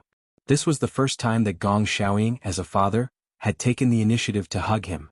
His hug made his expression a little unnatural. Gong Jie awkwardly turned his head and cleared his throat. What's the matter? It's just a farewell. It's not like I won't be coming back. I'm just afraid that something will happen to you and I won't be able to see you again, Gong Xiaoying said sourly. After saying that, he even pretended to wipe his tears. Gong Jie looked at him coldly. You seem to be hoping that I don't come back? Since when? Then why do I feel like you're cursing your son? As a father, of course I hope that my son will be well. How can I hope that my son won't come back? Gong Jie was speechless. Gong Xiaoying said, All right, let's set off early. I'll wait for you. Gong Jie nodded and gave Gong Xiaoying a hug. Then he turned around and boarded the armed cargo ship. Before Zhu Ke boarded the cargo ship, she nodded at Gong Xiaoying. Gong Xiaoying called out to her. Vermilion bird. Yes. I'll leave little Jie's safety in your hands. Gong Xiaoying taking the initiative to talk to her made Vermilion bird feel very honored. She immediately lowered her head and said firmly, I will do my best even if it costs me my life, to bring young Master Jie back safely.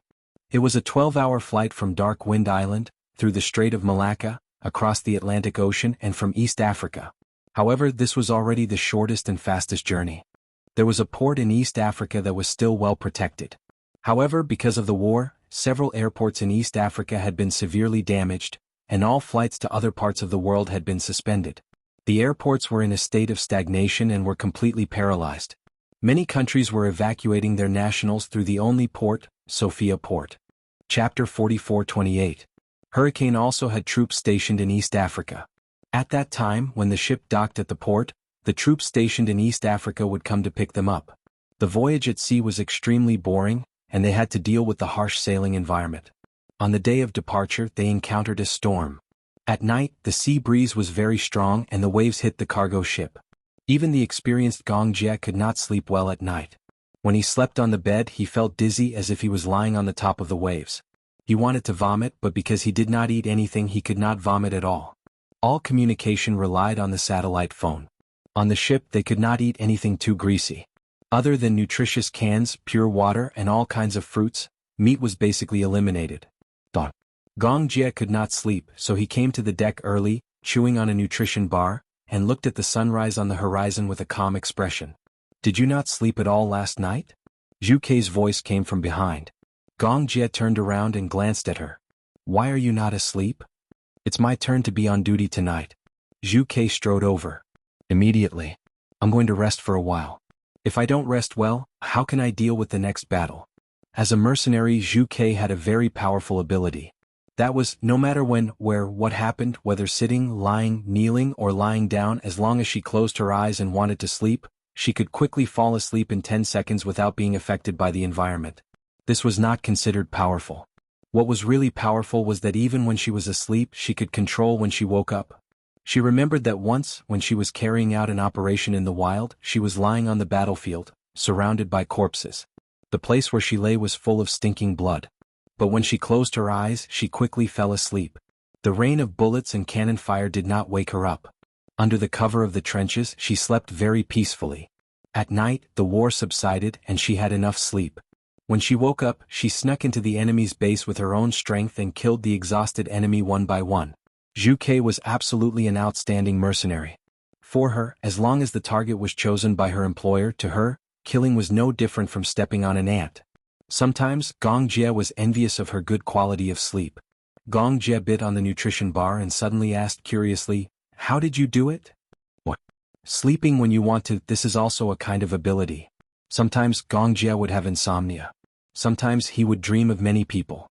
Mu Qingqing Yun Shishir. Those messy people made up a messy dream. So much so that no matter how long he slept, he still felt groggy. The vermilion bird smiled and walked over. She leaned against the railing and enjoyed the sea breeze. She calmly said, Because besides killing people, I have nothing to worry about. She didn't have any burdens or concerns. He had no family, no lover. To her, she was all alone in the world and did not need to worry about anything.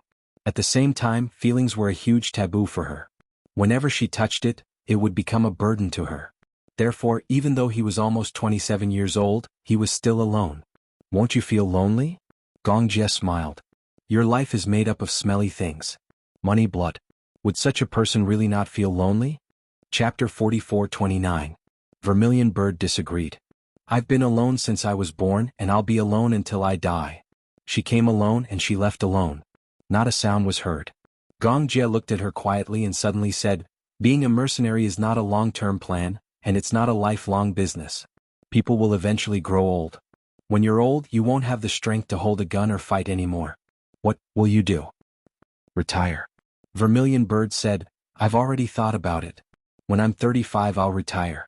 I'll buy a high-end condominium in the busiest part of Los Angeles and raise a Doberman. That's the most comfortable life I can imagine. You've never thought about marriage? Marriage? Vermilion Bird heard this and laughed. Marriage is so scary. This word is a disaster for me. Vermilion Bird smiled. I won't get married. Not in this lifetime. What a lonely life. Gong Jie commented mercilessly. What about you? Vermilion Bird laughed coldly. Aren't you lonely?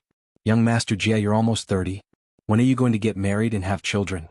Get married? Gong Jie silently swallowed all the energy bars. He smirked as he chewed. You don't seem to be interested in women. Vermilion Bird said as she inched closer to him.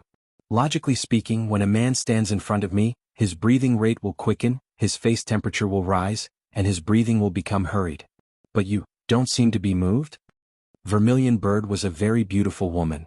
She had a head of natural blonde hair, a fair face and deep eyes that could capture one's soul. No matter what man stood in front of her, they would feel helpless. Gong Jie looked at her expressionlessly and suddenly said something that could choke her to death. Oh, you're a woman. Why can't I tell? Vermilion Bird resisted the urge to vomit blood. Gritting her teeth, she asked, How can you not tell that I'm a woman? Short hair, cold temperament, a pair of eyes staring at others like a leopard, the murderous intent in his eyes is very strong. Gong Jie raised his eyebrows and said, Sorry, I can't imagine you as a woman. Vermilion Bird lowered her head and looked at herself. Combat uniform, bulletproof vest, knee-high combat boots, a defensive master sword and 2 desert eagles were fastened to her waist. It seemed that the murderous aura was indeed very heavy. Are you sure you're not bragging? Gong Jie teased, If any man is interested in you, he's the one with the wrong orientation. The Vermilion Bird was left speechless.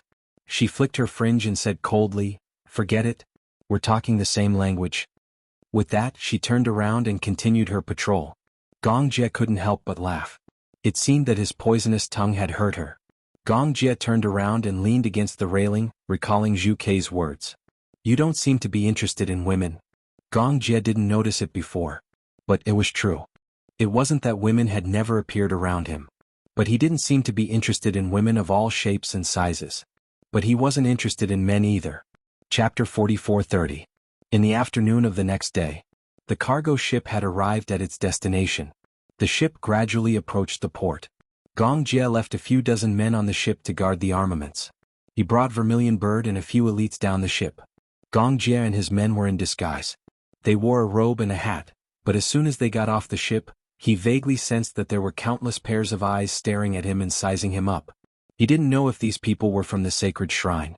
They probably already knew that the Hurricane Group's cargo ship would be docked at the port at this time, so they sent people to check the situation. The cargo ship was docked at the port, but Gong Jie wasn't worried about them hijacking the ship. Even the international armed forces were wary of the Hurricane Group's cargo ship. The cargo ship had so much space. When the Hurricane Group modified the ship, they didn't want to waste any space. Even the smallest space was stuffed with an interceptor missile. Even the crazy cult members wouldn't have the courage to get close to the cargo ship. They wouldn't dare to rob the cargo ship unless they were tired of living. However, the news of the arrival of the Hurricane Group's munitions would definitely be sent back to the sacred shrine. Gong Jie didn't show any abnormalities. He pretended to be a passerby. Soon, he felt that the eyes that were sizing him up quickly dispersed. The ship was far away from the port. At the same time, the Hurricane Group's troops stationed in East Africa sent a car to pick them up. Gong Jie and Vermilion Bird got into the car and closed the door. Young Master Jie. The driver greeted him in a low voice. Gong Jie said, Cut the crap and drive. Okay. The Hurricane Group was stationed in East Africa and set up a headquarters. Most of the Hurricane Group's markets were in the North American and African markets. In the North American market, the bulk of the orders were from the Mexican government. As for the African market, East Africa wasn't a free market. However, it was a transportation stronghold that led to South Africa. To go to South Africa, one had to pass through East Africa.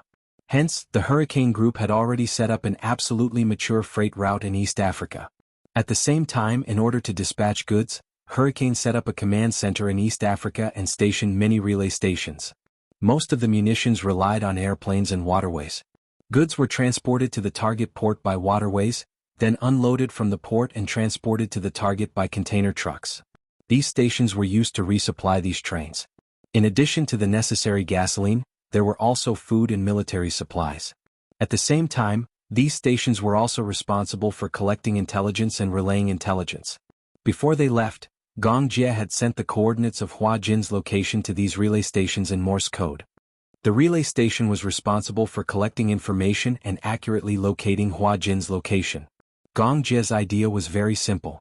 Simply and crudely, he would charge into the headquarters of the Holy Church, then control all the cultists and rescue the 3 hostages. After that, the fate of the Sacred Hall would be handed over to the International Federation. Since he had already offended the Sacred Hall, Hurricane would not tolerate the existence of such a malignant tumor. However, the intelligence gathered by several relay stations made Gong Jie realize that this matter wasn't so simple. I think the Sacred Hall has already transferred the hostages separately. Transferred separately? Chapter 44:31. The subordinate reported to him, the 3 hostages have been transferred to different places.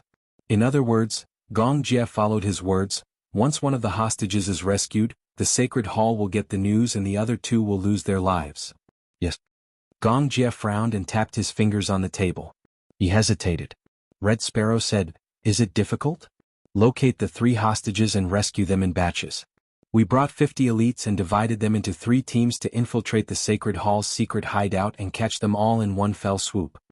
Gong Jie agreed with Red Sparrow's suggestion. The Vermilion Bird had a wealth of experience, so she had an excellent reaction time to deal with such situations. However, the subordinate sighed and revealed a worried expression.